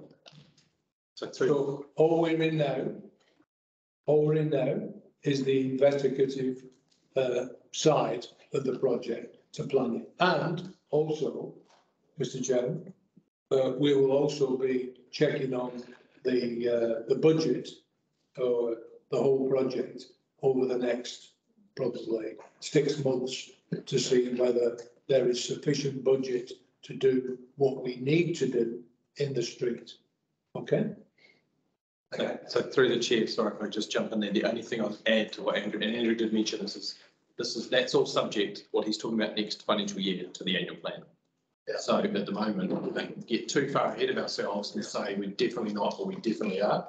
So that's obviously subject to the annual plan process, which is, underway. So. And I'll, like I suggested to Board Member Regular, I'll save my power for the briefing.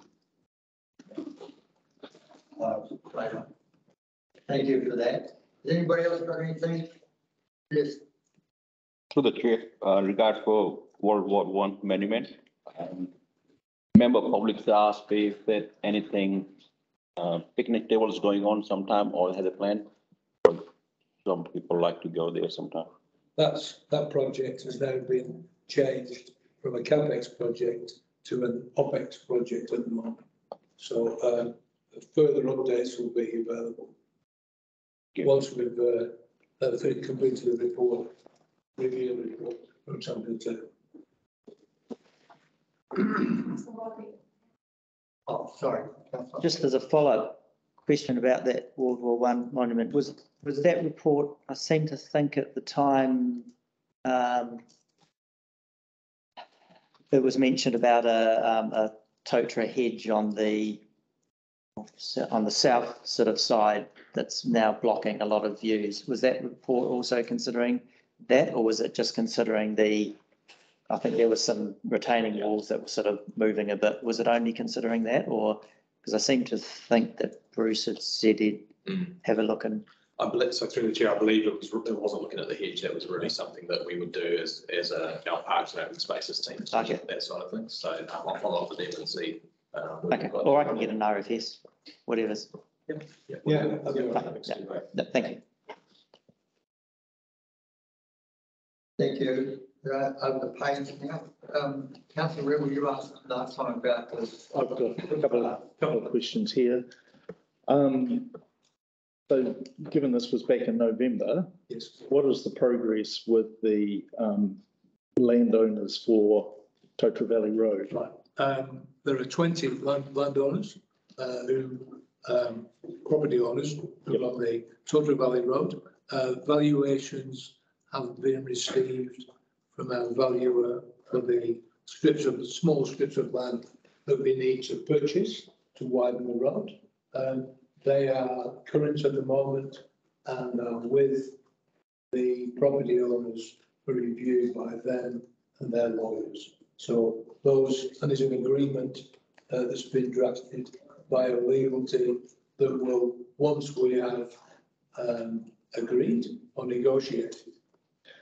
So that was the situation in November. Has been no progress since November, because what it says is that the agreements have been prepared for the property owners. Both the valuations at that time, there were some that were completed, some that weren't. So now they have all been completed. Okay, so I guess I guess my question is like, when are we going to know that we've got the land? I can't answer that because I'm subject to the time it takes for the property owners to come back to us. But I would imagine that probably in the next couple of months, we should be able to finalise it. Thank you.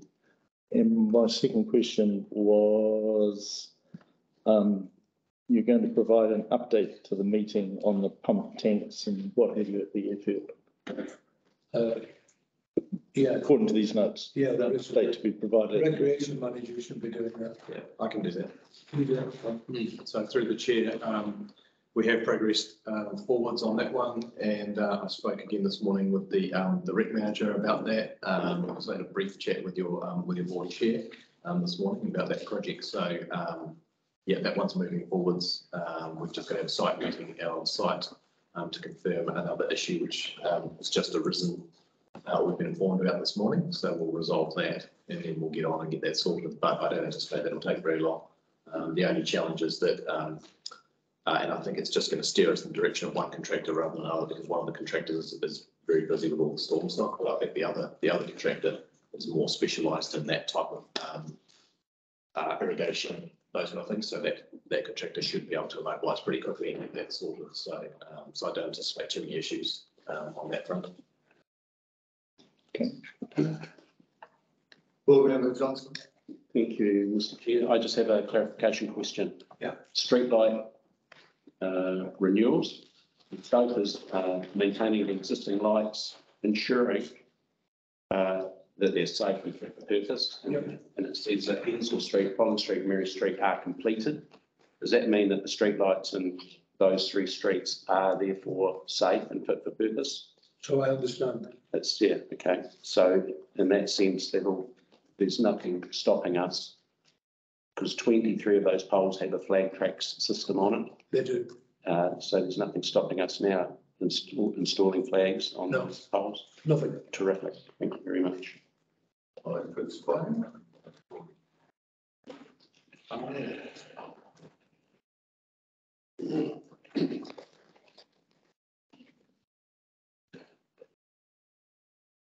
Any other items?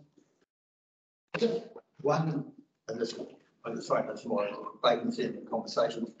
People are commenting about getting out of touch with Valley Road, the difficulty getting in and out. Was there ever any thought given to a roundabout there? Please. I don't believe so. A roundabout would have to be actioned by Kōpū. Correct. And it's not really our responsibility to do that. We put the right turn lane, the additional right turn lane into the intersection, which does assist compared to what it was like before. But a roundabout would be an extremely expensive item and probably, I'm subject to correction, quite low on, especially now, on Kōpū's list of things to do. Through the chair, can I just jump in a little supplementary? Andrew's very, very good and very direct with his answers. But what I would add, just slightly to round it out a little bit more, if I may be so bold, the roundabout was considered, but very quickly discarded due to the reasons that Andrew spoke about. It's very expensive, millions and millions of dollars for a roundabout. Kōpū would be doing it. We couldn't fund that. We'd have to contribute to it. Andrew's correct. It's very low on their list of priorities. They have a whole load of the engineers, so they love calculations. as we all do. And so they have calculations around vehicle numbers per day about when you get up to a certain number, when it triggers that you actually need a roundabout as opposed to like a right turn bay. And so the situation at Tortuga Valley is that would never comply for a roundabout at this stage. And in the foreseeable future, eventually, one day, maybe there will be a roundabout there. Because there is a challenge to get out of that road. So it was considered, but it was very quickly discarded because of all those things counting against it. So I was just asking on the basis there's going to be a single lot subdivision right there on the beach on the corner there. Yes, there is. Yep, and quite a lot. I just happen to have an employee that's just relocated up there. Complained bitterly about trying to get 8 million for a week. Complained bitterly about getting back out on the state highway, something like Maru Highway. yes, yeah, it is a challenge and can feel like a lifetime when you're sitting there waiting for a gap in the traffic. And the original discussion document was for today, but I don't know if it's roundabouts.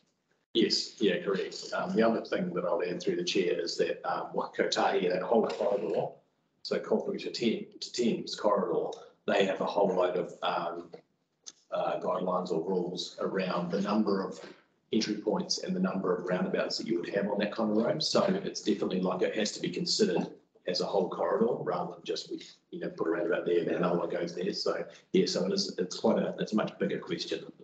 That's where the vehicle waste thing, motorcycle, I was taking right turning car the other day. Say again, sorry.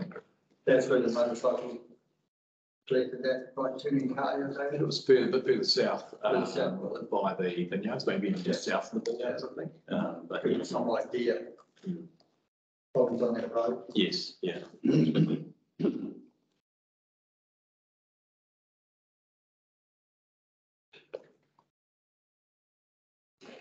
Anybody else? got anything?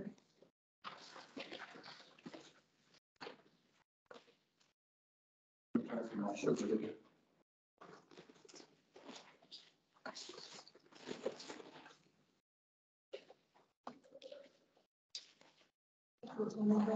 Additional. What would you want? But in regard to item 4.2, I would just like to pass on an update from our asset planning manager. So this is in regard to page 71. And that is the shoreline management plan. A meeting with the Moana community about the sea wall. This is a public information meeting, has been arranged for the 29th of March at the Thames Civic Centre, starting at 5:30 p.m. And the purpose of that is to cover how well the sea wall is protecting the area, how sea level rise will affect the wall's performance, and options for the future. So we'll just add that into the minutes and it will go on the table for the next meeting.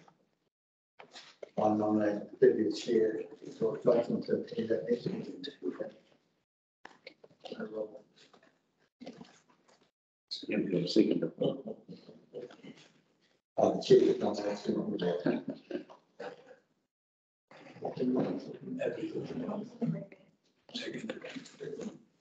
And we have a move, any further questions on the CAPEX program?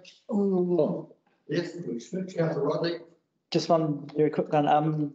So Bruce, about the, and I don't realise it's dependent on going through that annual plan, but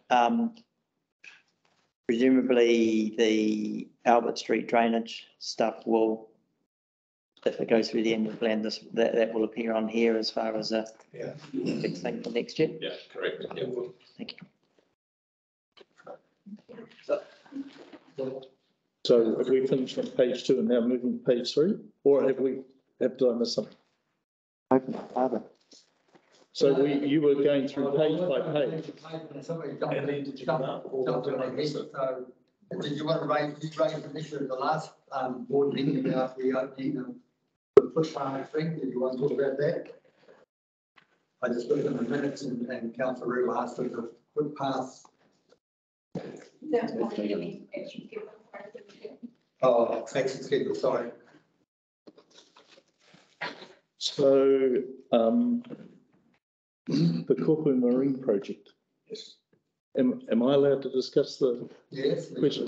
it's not on that. So the Kōpū Marine project, it feels to me like, we had the report for our February meeting, then we just got an updated report yesterday. Yeah. And we've got all these risks that end up having cost beside it, and some of them used to be labelled amber and now they're all green. Yeah.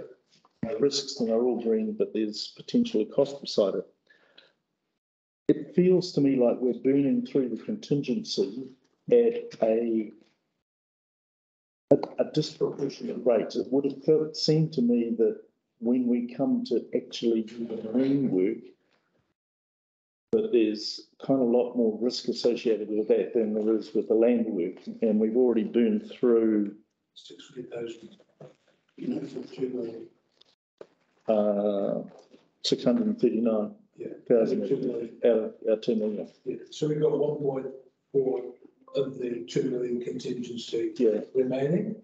The marine work starts probably next week-ish, or the week after. Yeah, 25th. Yeah. So, I mean, Fulton Elvin's first part of the project is nearing completion. Yeah. I mean, contingency management is a skill and an art, but at the moment, most of the contingency items have been associated with ground conditions. Yeah. And we've had to overcome those. So, yeah, I mean, at any moment in time, use of contingency is, you can't forecast how much you're going to use in any particular time. If it happens, with the marine works, I don't expect there to be a significant number of additional contingency items, but we'll have to wait and see.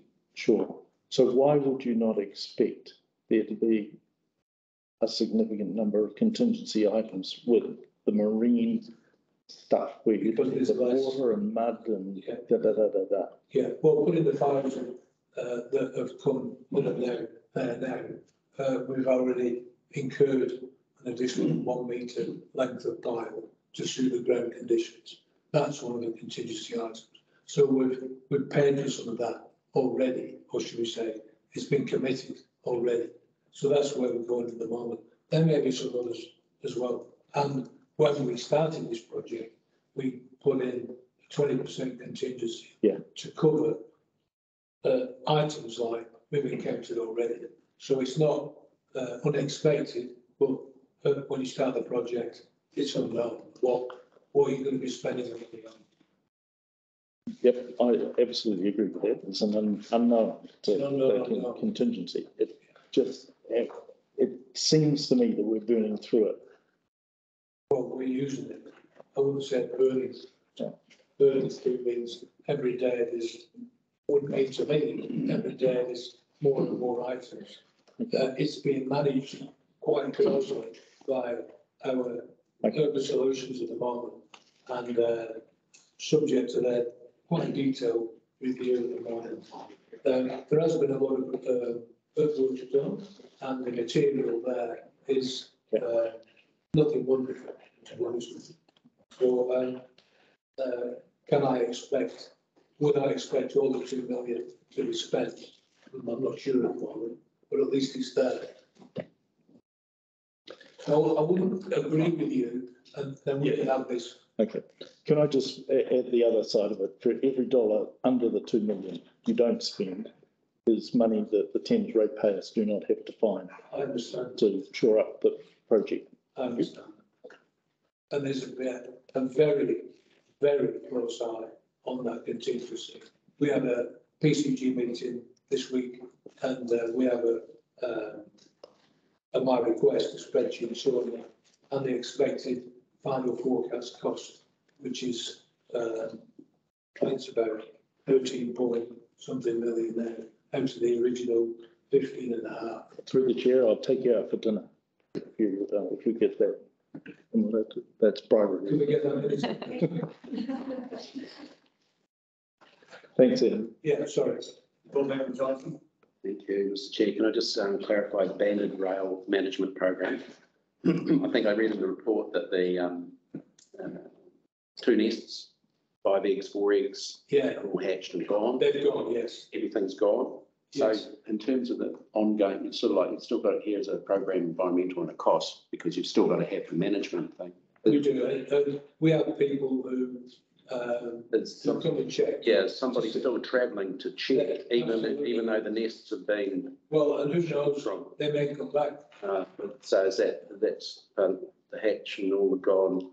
Well, they might doesn't necessarily mean they won't come back. Less frequently though. I would have, yeah, so what's less frequently, the birds coming back or the visits? The visits. The visits from. Less frequently checks, you know, so when the birds are there, they have to check a lot, as Andrew's saying. Yes. But now we're.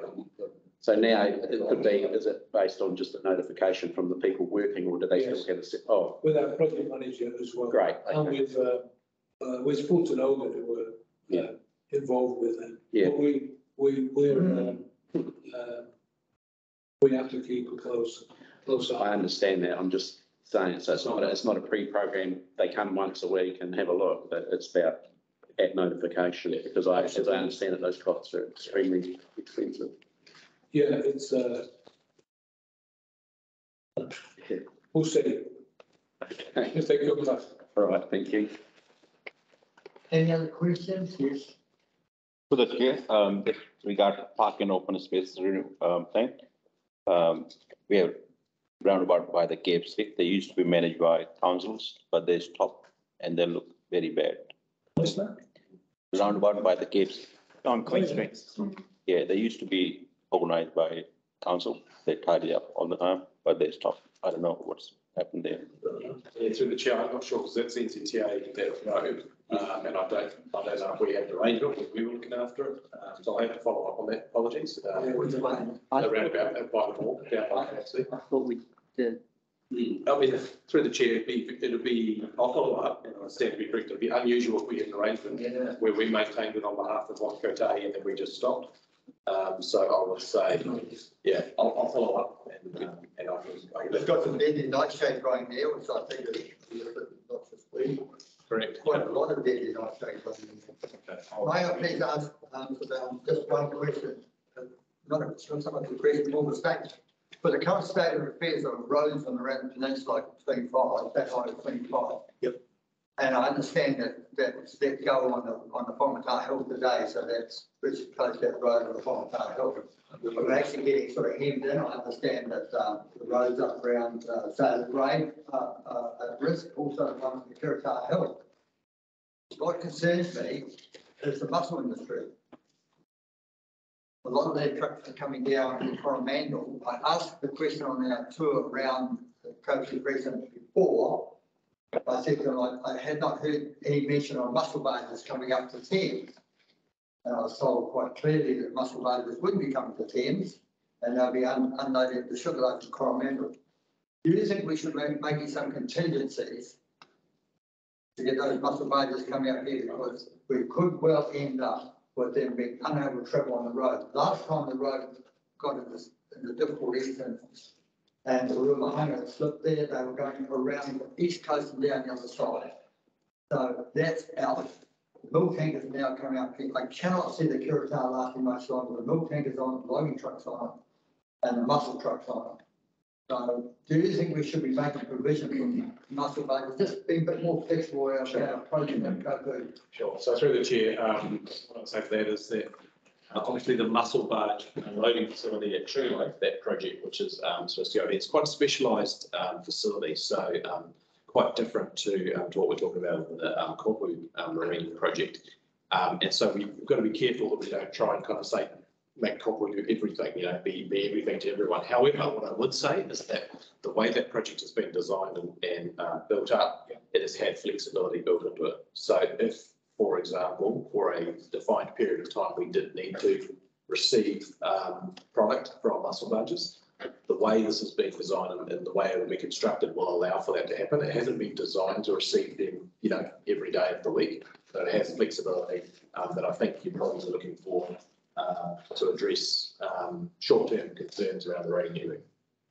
I actually think a long-term solution.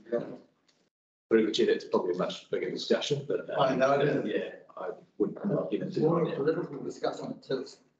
Yeah, unfortunately.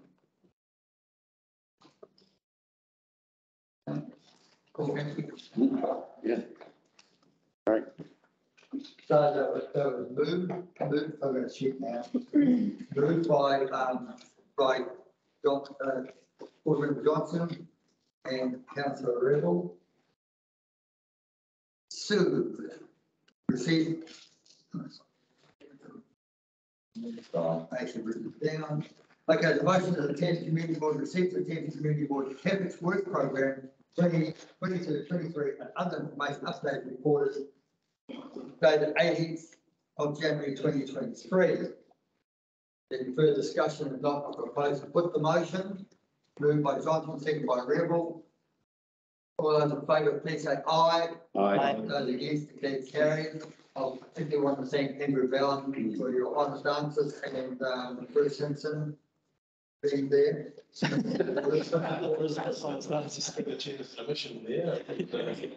Thanks. I'll take it anyway. By association. We'll find out this afternoon when we get on to the other one. Thank you. Oh, yeah, don't move it. Sorry, I did it again. You were watching. Thanks, Martin. Cheers. Thank you. So next time, not go.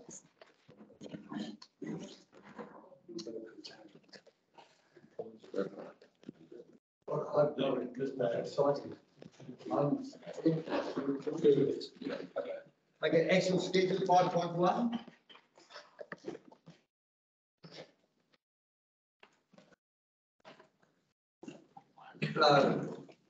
So I have a mover and a seconder to receive the action schedule. The Thames Community Board received the action schedule report dated 26th of January 2023.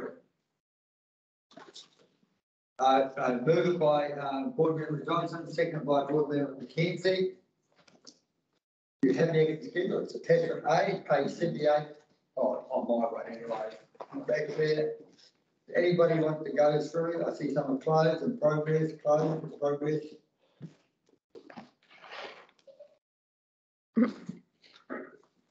This is the one that I jumped in. Councillor Rebel says that one is open. Go.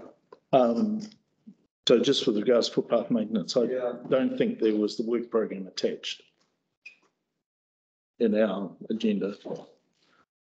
And you want a footpath, do you? Well, it just says here, the 21-22 Thames Works program is attached for information. And I assume that was just giving us detail of the footpath maintenance that had taken place. Yeah. But unless I'm missed something. Through the chair, I think that was from the 28th of the 9th meeting. It was probably attached then, but it's not now.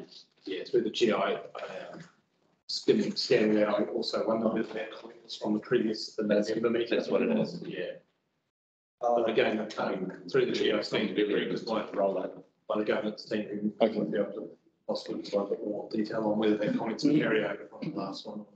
Right, thank you. That would explain my incompetence. Something is going to be reported later on. Carolina.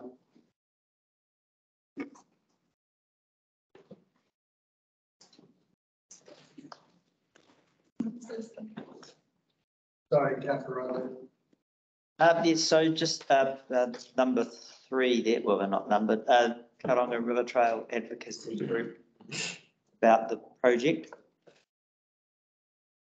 So the status says in progress, but the most recent thing we had was the roading manager advised that there wasn't resources to progress this further, just for newer members. Some money was given and a scoping design was worked out with a whole lot of costings, et cetera, et cetera. Yeah, and then as it says there, the roading manager said there wasn't resources available. I guess I'm just sort of after some sort of clarification around where we as a community board sit on this project? Through the chair, can I just give another slight update on that one? Yep. So yes, the reading manager's comments are correct. There's no budget, obviously. And so from his perspective, he's saying you might want to look at the long-term plan. So what I've committed to is that that probably does make sense, and time-wise, it probably works out in that way as well. But what I would suggest is, and I've made the suggestion, and we were going to do it in January, but unfortunately we got waylaid with weather events. Then I'm going to leave in February, but there was also weather events. So still on our list of things to do is to actually set up a steering group for that project to keep that one moving forward and make sure that we're ready for when we actually get close enough to the LTP budgets, that we're actually ready. If there is something we want to suggest in the LTP, we can do that. So my suggestion is that we do set up that steering group with that group, and obviously have representation from the community board and from council on that, as well as staff, to meet with that group a number of times over this calendar year to try and progress that project, keep it moving. It is a very big, expensive project as it sits at the moment. So it's really about looking at whether we could break it up into stages, what opportunities there might be for other funding, those types of things. So that was my suggestion on the way to move forwards. And like I say, we've lost a couple of months, unfortunately, but that's still my plan. Because To the chair, just to add to that, This discussion is going to come up Yeah. at 1:15. So there are members here who don't know a lot about that initiative, and so we have got a briefing on it this afternoon to introduce you to that initiative. And we'll go from here.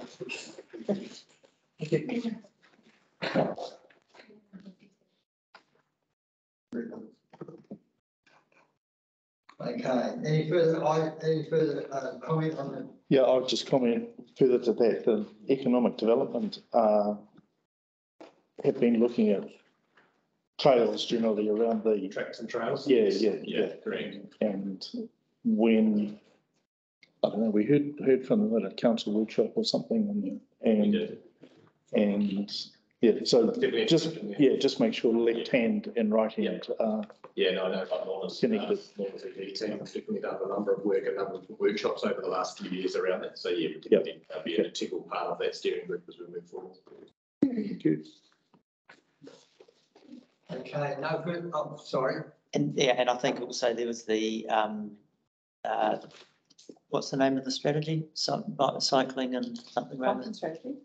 Yes, which I think is going to come before community boards and then council to get adopted. Well, to be proposed to be adopted. Okay. There'll be no further discussion on that item. Proposed to put the motion is moved by Board Member Johnson, seconded by Board Member Hensley. That the Thames Community Board received the action schedule dated 26th of January 2023. All those in favour, please say aye. Aye. Those against? Those are carried. Now the 8 items, 5.2. So I'm running. You're right there. Oh, I'm just going to go through.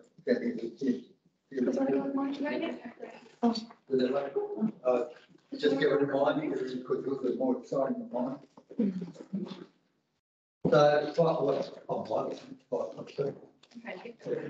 Chairperson report. Just very briefly, in front of you, Chairperson report.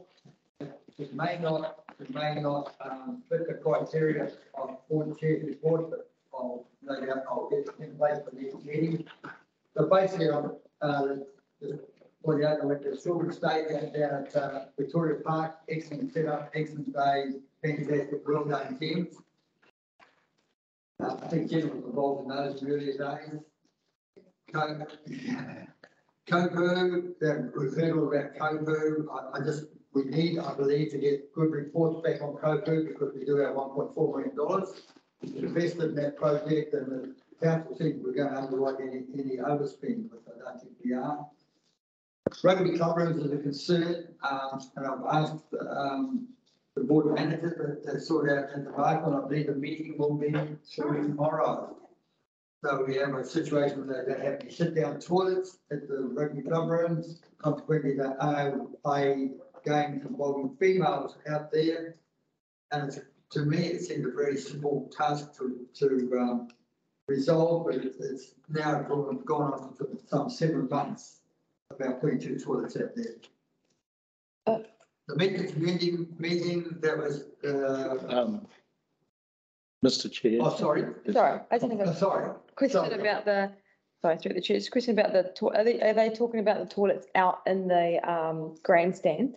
Proposed. Proposed, okay. Proposed, yes, Because there is toilets in the club rooms and there's obviously. Sorry, grandstand. Grandstand, yeah. Sorry. I was like, Don't say club room there. yeah, no, that's a cool. Grandstand. There is no. And toilet. there's outside public toilets. Yeah, yeah, And the old ambulance room.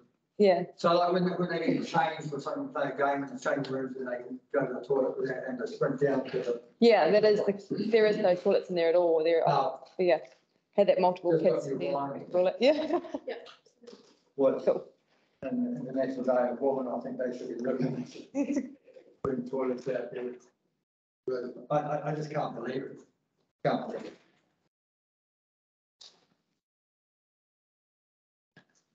We had meeting community, thank you very much to the deputy chair, organised, actually well organised that, we end up with a letter, then a courtesy of some club. Squash club. Which now I've got it in the car here to make the hearses. We had a well organised sign to go on the front, nice little tablecloth, which I'm taking the coffee stain out of. So, it was excellent. On Saturday, it is kitchen and I did look it up. Kitchen and mutton. I think it might be B, but then I thought, yeah, it's okay, that's all. Yeah. Sort something out. Yeah. So we'll try, I will not be there because I'm away, but we'll try and get that stand up, put that stand up on the veranda so you can pick it up and go with it. There's a booklet for the stand, but you got that. The book and everything that you require, the pamphlets that I got from the various other things are all there. Yeah, we've got all that. Yeah, so it's all in that bag. Excellent. Can I just say, I just appreciate the work Rose did and also. Thank you. Yeah, well done, well done. Truly well. And I think it's a good initiative. It's one that I heard on the campaign trial. I think Councillor Sanchez actually raised it the first time I ever heard it. And excellent idea. So, you know, it's not as those that come up with the ideas going forward. Councillor Rodley. Do we have there's a process in place where those concerns that are, or the questions that are raised by people can be fed through to through to this meeting or the action schedule or whatever? I think, well, I've taken a photograph and emailed it to all of you, so you all have those 12 points, but I would suggest that we make an action plan based around them. You know, I agree. And then some will need action, some won't. Some of them are just suggestions. Is that, yeah. Okay.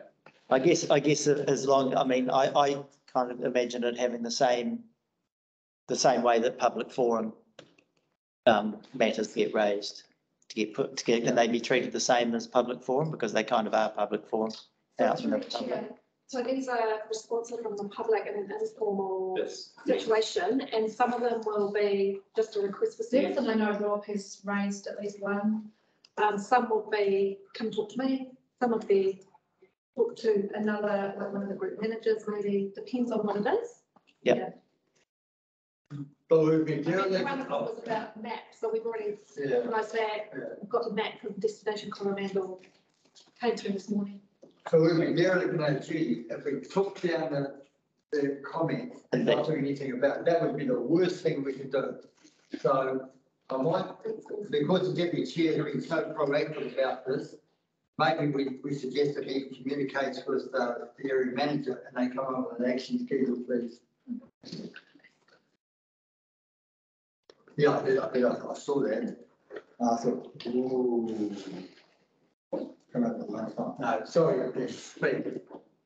No, just, I think you landed on it anyway, but through the networking days, there's already a register for things heard at public forums. So we can just add this to that so that when you're at your networking, you can say to Rose, hey, let's bring it up, let's have a look at it, and identify what those issues of priority are that you want to work on. Great. So you're sort of suggesting go through the area manager? We can talk about that this afternoon. whatever's the easiest, but yes, Rose is available too. It's going to be a lot easier than expecting elected members to sort of continue right through with it unless you're retired or something. Or somewhat. Fun is. So, there you come look at that. That's great, thank you. Yeah, so the book's there, so one of you take charge of the book and write down the comments of people. That would be good, but it is important that we do take them down verbatim and do something about it. We don't want coming back in 6 months' time saying, well, I spoke to you down in March and we did nothing. That's not what we want. State Highway 25A, you probably heard me read on a minute ago about that. I'm getting a lot of pressure from around the community, around the motorists, around the community about that somehow we've got to make TCD or Thames Community District Council more motivated to achieve something. I know it's a really difficult task, and I'm first to acknowledge that. But there are so many other engineers out there who report to me, engineers who say that we could put an access road around the back of that big slip on 25A. It's now critical that the rest of the state highway system is starting to crumble around us, that we do get some action on that highway. And even if we just put a road around the back while they toyed with the idea of bridging it or rebuilding it or driving piles, somehow we just need to get some leverage.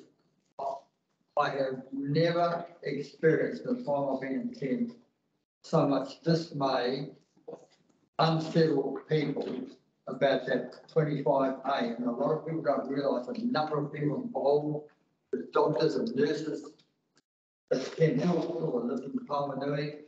There are people who commute from Whangatā or Tairoa or even putting out the Thames to work. And somehow we just got to get this moving. We seriously have to get it moving. And I'm not too sure just how we can achieve that, but I think somehow we're going to have a bit of a ginger group. And hopefully that will be a group that meets again tomorrow night that took out the recommendations from the public meeting. But somehow we've just got to do something. Just one very quick thing. There are 25 people who travel from Tairoa, Whangatā to the Heritage Plains College. The bus was limited to the size, only 11 could go yesterday to the school. There'll be none today, of course, but there is a roll-on effect or unintended consequence of these things that we just need to do that.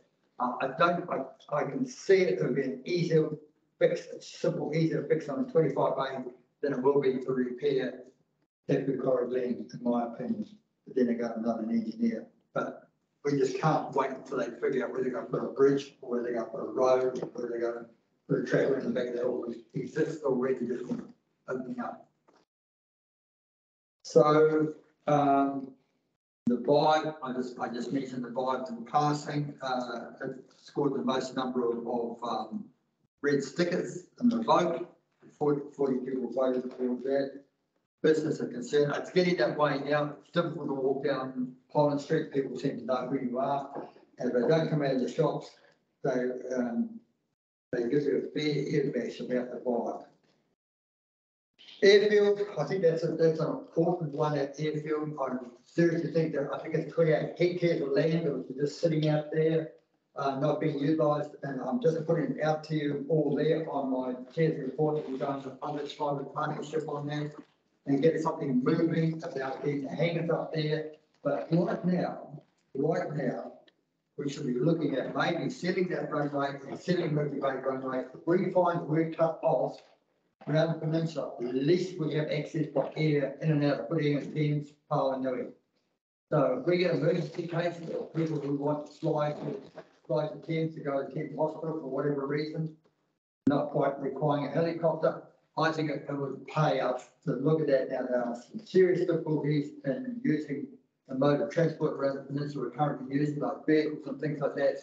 We may have to look at selling those runways. I believe in the case of Thames, it's very simple. It's just a matter of taking the crown off, putting down another layer of metal, and then putting asphalt across the top of it. And we would end up with quite a suitable airfield there, 1,300 metre runway. And if we had the hangars in place, we would start getting people maybe who are living in Palmyra, fly into here with the aircraft, leave them here and go off and do the business in Auckland. Ardmore's on this way out. Merton is becoming the airfield de jour across the other side, and I think Thames could easily slot into that position and make some effort to do something about our area there. So that was the airfield, and Rose is going to tell me about something here. Oh yeah, right. And the elections were on Saturday, the 8th of October, when everybody knew who was elected onto the committee board and things. We had one meeting in November the 23rd, and speaking to the local government, they were quite astounded that we've only had, this is our second meeting. So as I said, a long time between drinks. And the last thing I was thinking about, understanding order section 7, I was spoken to some people who are wiser than me in this matter. I spoke to one. We should look at maybe trying to set up committees through the Thames Working Group in regards to bring together people like the Monica Longies, the Tom Webbs, the David Erstead and things like that, and see if we can't get up some sort of portal, some sort of website called Destination Thames, and try and get some traction about getting people into this town. We definitely need something. I understand there is funding available both through MSD and through our economic development team here at the council, but that goes hand in hand with 25A, and we definitely need something to take place. But now we'll be taking that to the meeting tomorrow night to see if we can get some traction on that.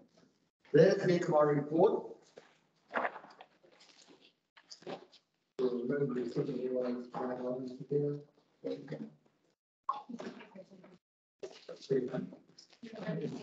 Okay, I'll move my report. Do I have a second, please? Thank you, Representative. So,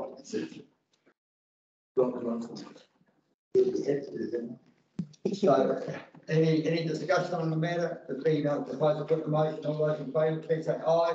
Those against, declared carried. The last item is some regional aquatic facility project options to identify and assess potential sites for some regional aquatic facility. Thank you, Board Management. Board Area Management, sorry. I just agree. Good afternoon, members. I'm Rose Ward, and this is Kathy Trentham, Project Manager for the Thames Sub-Regional Aquatic Facilities Project. The purpose of this report is to confirm the preferred option to identify and assess potential sites for a sub-regional aquatic facility. You'll recall back in November 2022, the Community Board adopted the needs assessment for the aquatic facilities, and the feasibility study got underway shortly thereafter. In late 2022, Sport Waikato, who is on the steering group, raised a question about the location for a sub-regional facility. And so today we have 3 options for consideration.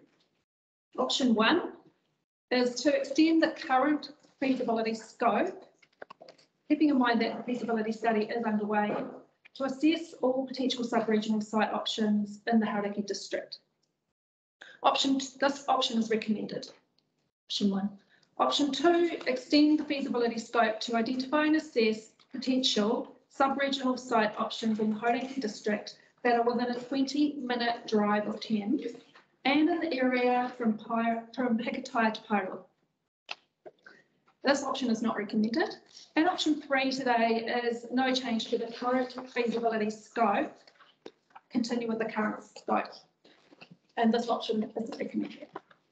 So are there any questions or discussion on the recommendation?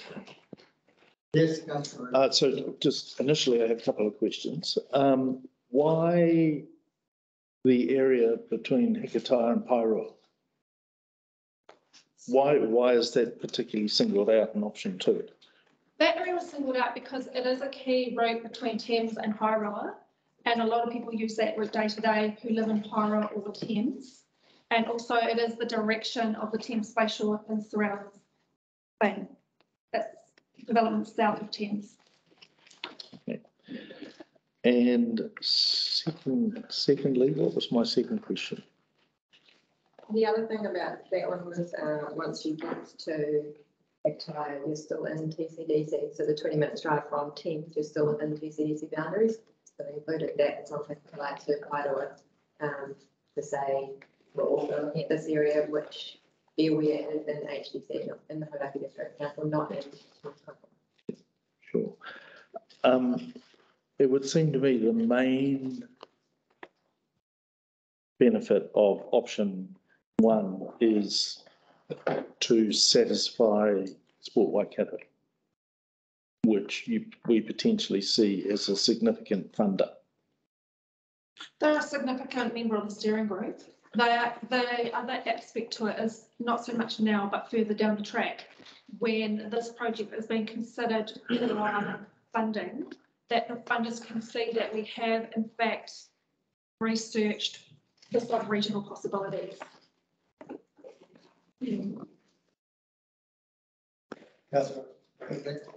My worry about this is the risk that rightly or wrongly, a site will be chosen that say, there's this book say, actually the most optimal site is not in our district. And then we'll be stuck with the knowledge. And I think that it will be an unpalatable thing for the team background to pay for a pool in our district. So then that's my concern, is that then if we choose to ignore that advice and say, well, yes, it is wherever in Ngāti or Pāra or wherever, but we are going to completely ignore that and just do what we want anyway and fund it here. Are there ramifications for that further up the line when somebody goes, well, you have the choice, but it's better if you didn't? Because that's the bit that's specific for me, is that risk. So through the chair, this is about actually having that choice. So if we do the research, then we will be able to have the discussion, a wider discussion. And if Hauraki District Council is a partner, then they will be involved in those discussions. So this purpose of this report is not to decide on a location. It's just about the scope for the research. And then we would come back to you and present the results, and then you would be in a position to say, well, we've got all the information about possible sub-regional, and we've got all the information about local sites. And so then you would be in a position to make a decision with all the information in front of you about which you prefer. And to Robin's point, it could come back that Patitonga is just the best place geographically, or, you know, we're not going to build a pool in Patitonga for people in Thames.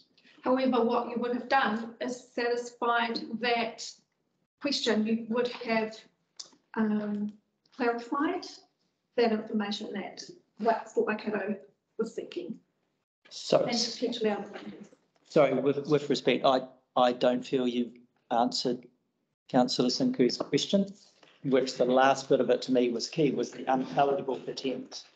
I'm going to have to, if people are listening to this meeting and it's being recorded, someone's going to say to me, sorry, so let me see if I've got this straight. The Thames Replacement Pool Project, we're going to give another 11,000 to investigate sites outside the district to satisfy Sport Waikato, and I kind of thought we had some reasonably good support from Sport Waikato anyway, that we then potentially can ignore those requests to build it in Thames. And I mean, I can't even begin to imagine the headlines in the paper, to be honest. And people are going to ask me for my opinion, and it's a Thames replacement pool. How can it be 20 to 30 kilometres, 20 to 30 minutes drive of Thames, where we, in the needs assessment, we've said 60% of the people using it are in Thames, and lots of people indicated accessibility as being the main thing. We're basically saying, unless you've got a car, if it's outside of the Thames district, you can't use this pool. And it's so unpalatable. Ever since I saw this report, I've just hardly slept last night, because it's just, yeah. Sorry, that's me. I went off track. Mr. Henson wants to make comment. So through the chair, good questions. I've heard what you said, and I understand the emotion and the seriousness of what we're discussing. What I would say, firstly, to answer Councillor Sidley's question about if we go investigate and another option pops up that's not in TCDC area, and then we say, the board says, no, we don't want to go with that one, we're effectively ignoring the advice. What I would say is that if you don't go investigate now, you're still ignoring, you're just ignoring it at an earlier phase. So you're ignoring even looking at other areas. And I've heard what Councillor Rodney said, and I guess the other thing is what I would add into it, whether it's helpful or not, is that we've talked about this about Thames. It's a replacement for the Thames pool. We've looked at it being locally funded. We want to get sub-regional funding. We know from what we've heard that there's not going to be funding from the rest of the council areas. But what I would say is that as we move forwards and look at these different sites through this additional little bit of work, I imagine the model will change. So I don't anticipate it would be, we've been talking about as it's in Thames funds that tries to get some additional external funding from outside the district. If it turned out that the best location was somewhere further away from Thames, I would anticipate, and not to prejudge, but it's not going to be like everyone in Thames exactly the same model is in play. You've all got to pay for a pool, which is now over in a different district, 20 or 30 minutes away.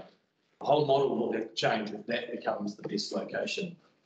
What I would also say to wrap up is that if it comes back and that's the best location, I don't think that precludes you from making a decision that we don't want to go to that location.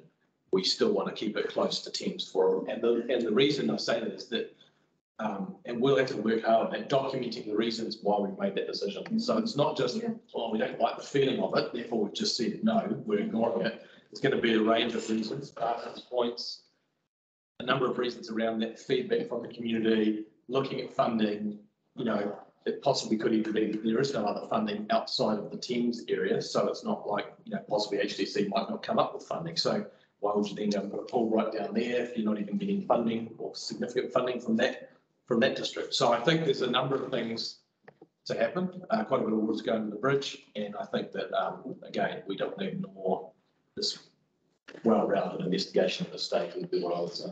I don't know if that helps And or just not. to add to that, we don't even, this would actually help answer the question, are there any other sub-regional sites?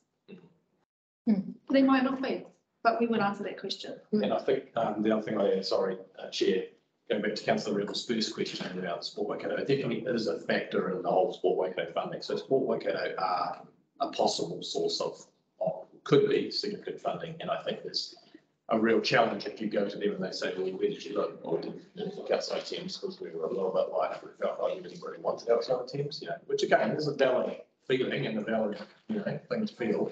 But I think that's interesting, that's great, but maybe have a little bit wider. That were my thoughts anyway for what we were Chair. I heard you make a comment about the rest of the district who would not be interested in funding a pool here, leads me to the conclusion that if you don't have a sub-regional pool or you don't have support from Waikato Regional Council, then we have to fund it ourselves from the Thames Board, which really is a big ask, particularly the Thames Borough Council installed that pool there as a centennial pool for the centenary of Thames, not our doing. So I think the district council, behind the district council, has some responsibility to fund that district-wide, especially if it's going to be used for training purposes and things like that, because people do travel from the other side of the coast now, when they could use the pool. I'm along the lines of Councillor Riley that it is a centennial pool, it is a 10th pool, and I expressed this thought when we had the first briefing about it. As a newly elected member, I do have concern about where it's going to go, but tempered with a thought of how we're going to pay for it, which also leads me to the conclusion that I feel, and the others may disagree, but I feel we should be starting some conversation with Ngāti Māori about if we're going to vacate that site by 2027. We're still talking about now we haven't got to the design stage of doing it before. How are we possibly going to vacate that site in 2024? And the year 2023?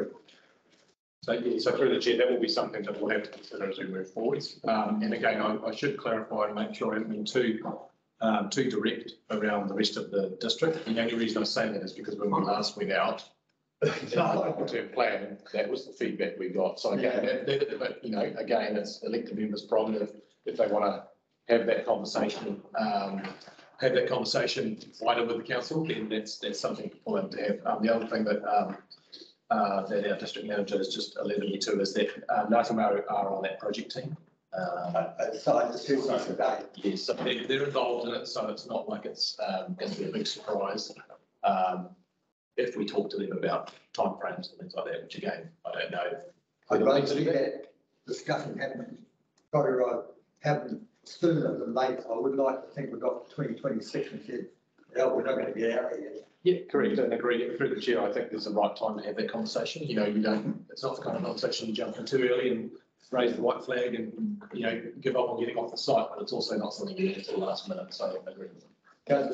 Thank you. And I'm reassured by the answers that you could. Thank you. Just a question about the suggested resolution, which was approved, option 1. Now, because this was sent as a late item, I didn't mull over it quite as long as I would normally mull over things. Sorry. But, you know, I'm very aware that our needs assessment was quite Thames focused. And so it does, and the answer was, sorry. Does that money and that look at it as potentials have needs assessment built into it? Okay, thank you. I'll read it next time. The other thing to clarify that I brought up before about the cost, 11,000, that is actually already built into our contingency. Yeah. So we're not asking for that money. It's about changing the scope or broadening the scope. Yeah, because the resolution doesn't have anything about funding any extra or covering that out. Yeah. That's still spending. And just one final question to the chair. That motion was passed on by the Thames Community Board in September 2022, proposed 2.2. What is on motion? Does that not cover what you're trying to cover off now? No, through the chair, if I can just jump in, it is a long motion. And we did actually have staff discussion about whether that motion actually does cover what we're talking about. And again, it's probably just us belt and braces. We thought, you know, there's a little bit of interpretation there. Rather than leave it down to interpretation and we race off and do something, we'll bring it to the board, make sure we have full transparency and that you're all involved in this discussion. So. Board member McKenzie, you were quite strong about having a discussion outside, so here's your opportunity. Yeah. People may not like what I have to say. I'm quite the opposite. When I read this last night, Martin and I was actually quite ecstatic and happy that option 1 was definitely what the council was recommending, as that's what I was leading to in the last meeting we had, as I was completely dumbfounded as why we couldn't. Like, you go out and get you go out and check everything and tick everything off before you make a decision. So that was what I was trying to say. And so I was really happy that this is the case. We're not signing a wedding certificate. We're not saying we're buying this land or doing this. We're just saying, hey, these are the options. So I'm absolutely wrapped with that. So that's my opinion. Can I just say I am persuaded by Bruce's argument that by not going out, what did you said? We're making a no decision without information rather than making a no decision with information. And I think I buy that. I think that puts us in a better situation when we make a no decision. Means we have to be really clear about why we're saying no to Pati Tonga. We could make any decision that's not better. That was more the point. Yeah. We could not necessarily make a no decision. Yeah. So I'm going to support option 1. So I didn't actually ask for a mover and seconder for this because I thought you might like to have some discussion first and listen to speakers. Do we have a mover and a seconder for that 5.38 item, please? That's the Thames Community Board received a report that Thames sub-regional aquatic facilities project. Options to identify assess potential sites for sub-regional aquatic facilities dated 7th of March 2003. That's a really fresh one. And approve option 1. To extend the feasibility scope of the Thames sub-regional aquatic facilities project to identify all potential sub-regional site options and how recommended in accordance with the outer scope section attachment B. So you all comfortable with that? Yeah. Would you like to move it, board member Kennedy? Get the name. Do we have a seconder, please? Board member Johnson. Is there any further discussion on it? Either way, before I put the motion, I'll not read it again. That's the motion I just read out. Are you all clear about the motion? Okay, I propose to put the motion. All those in favour, please say aye. Aye. Those against? Do you wish to have your vote recorded, Councillor Hodney? Councillor Rodney is opposed. Wish to have your vote recorded. I declare the motion passed. And thank you, staff, for your work on that. Oh, yeah. I wasn't addressing staff. The board changes, thank you. Thank you very much for your input, particularly coming around and clarifying the existing. I really appreciate that. And I may not be able to read this or something we've got to come to with it. All right. Thank you very much.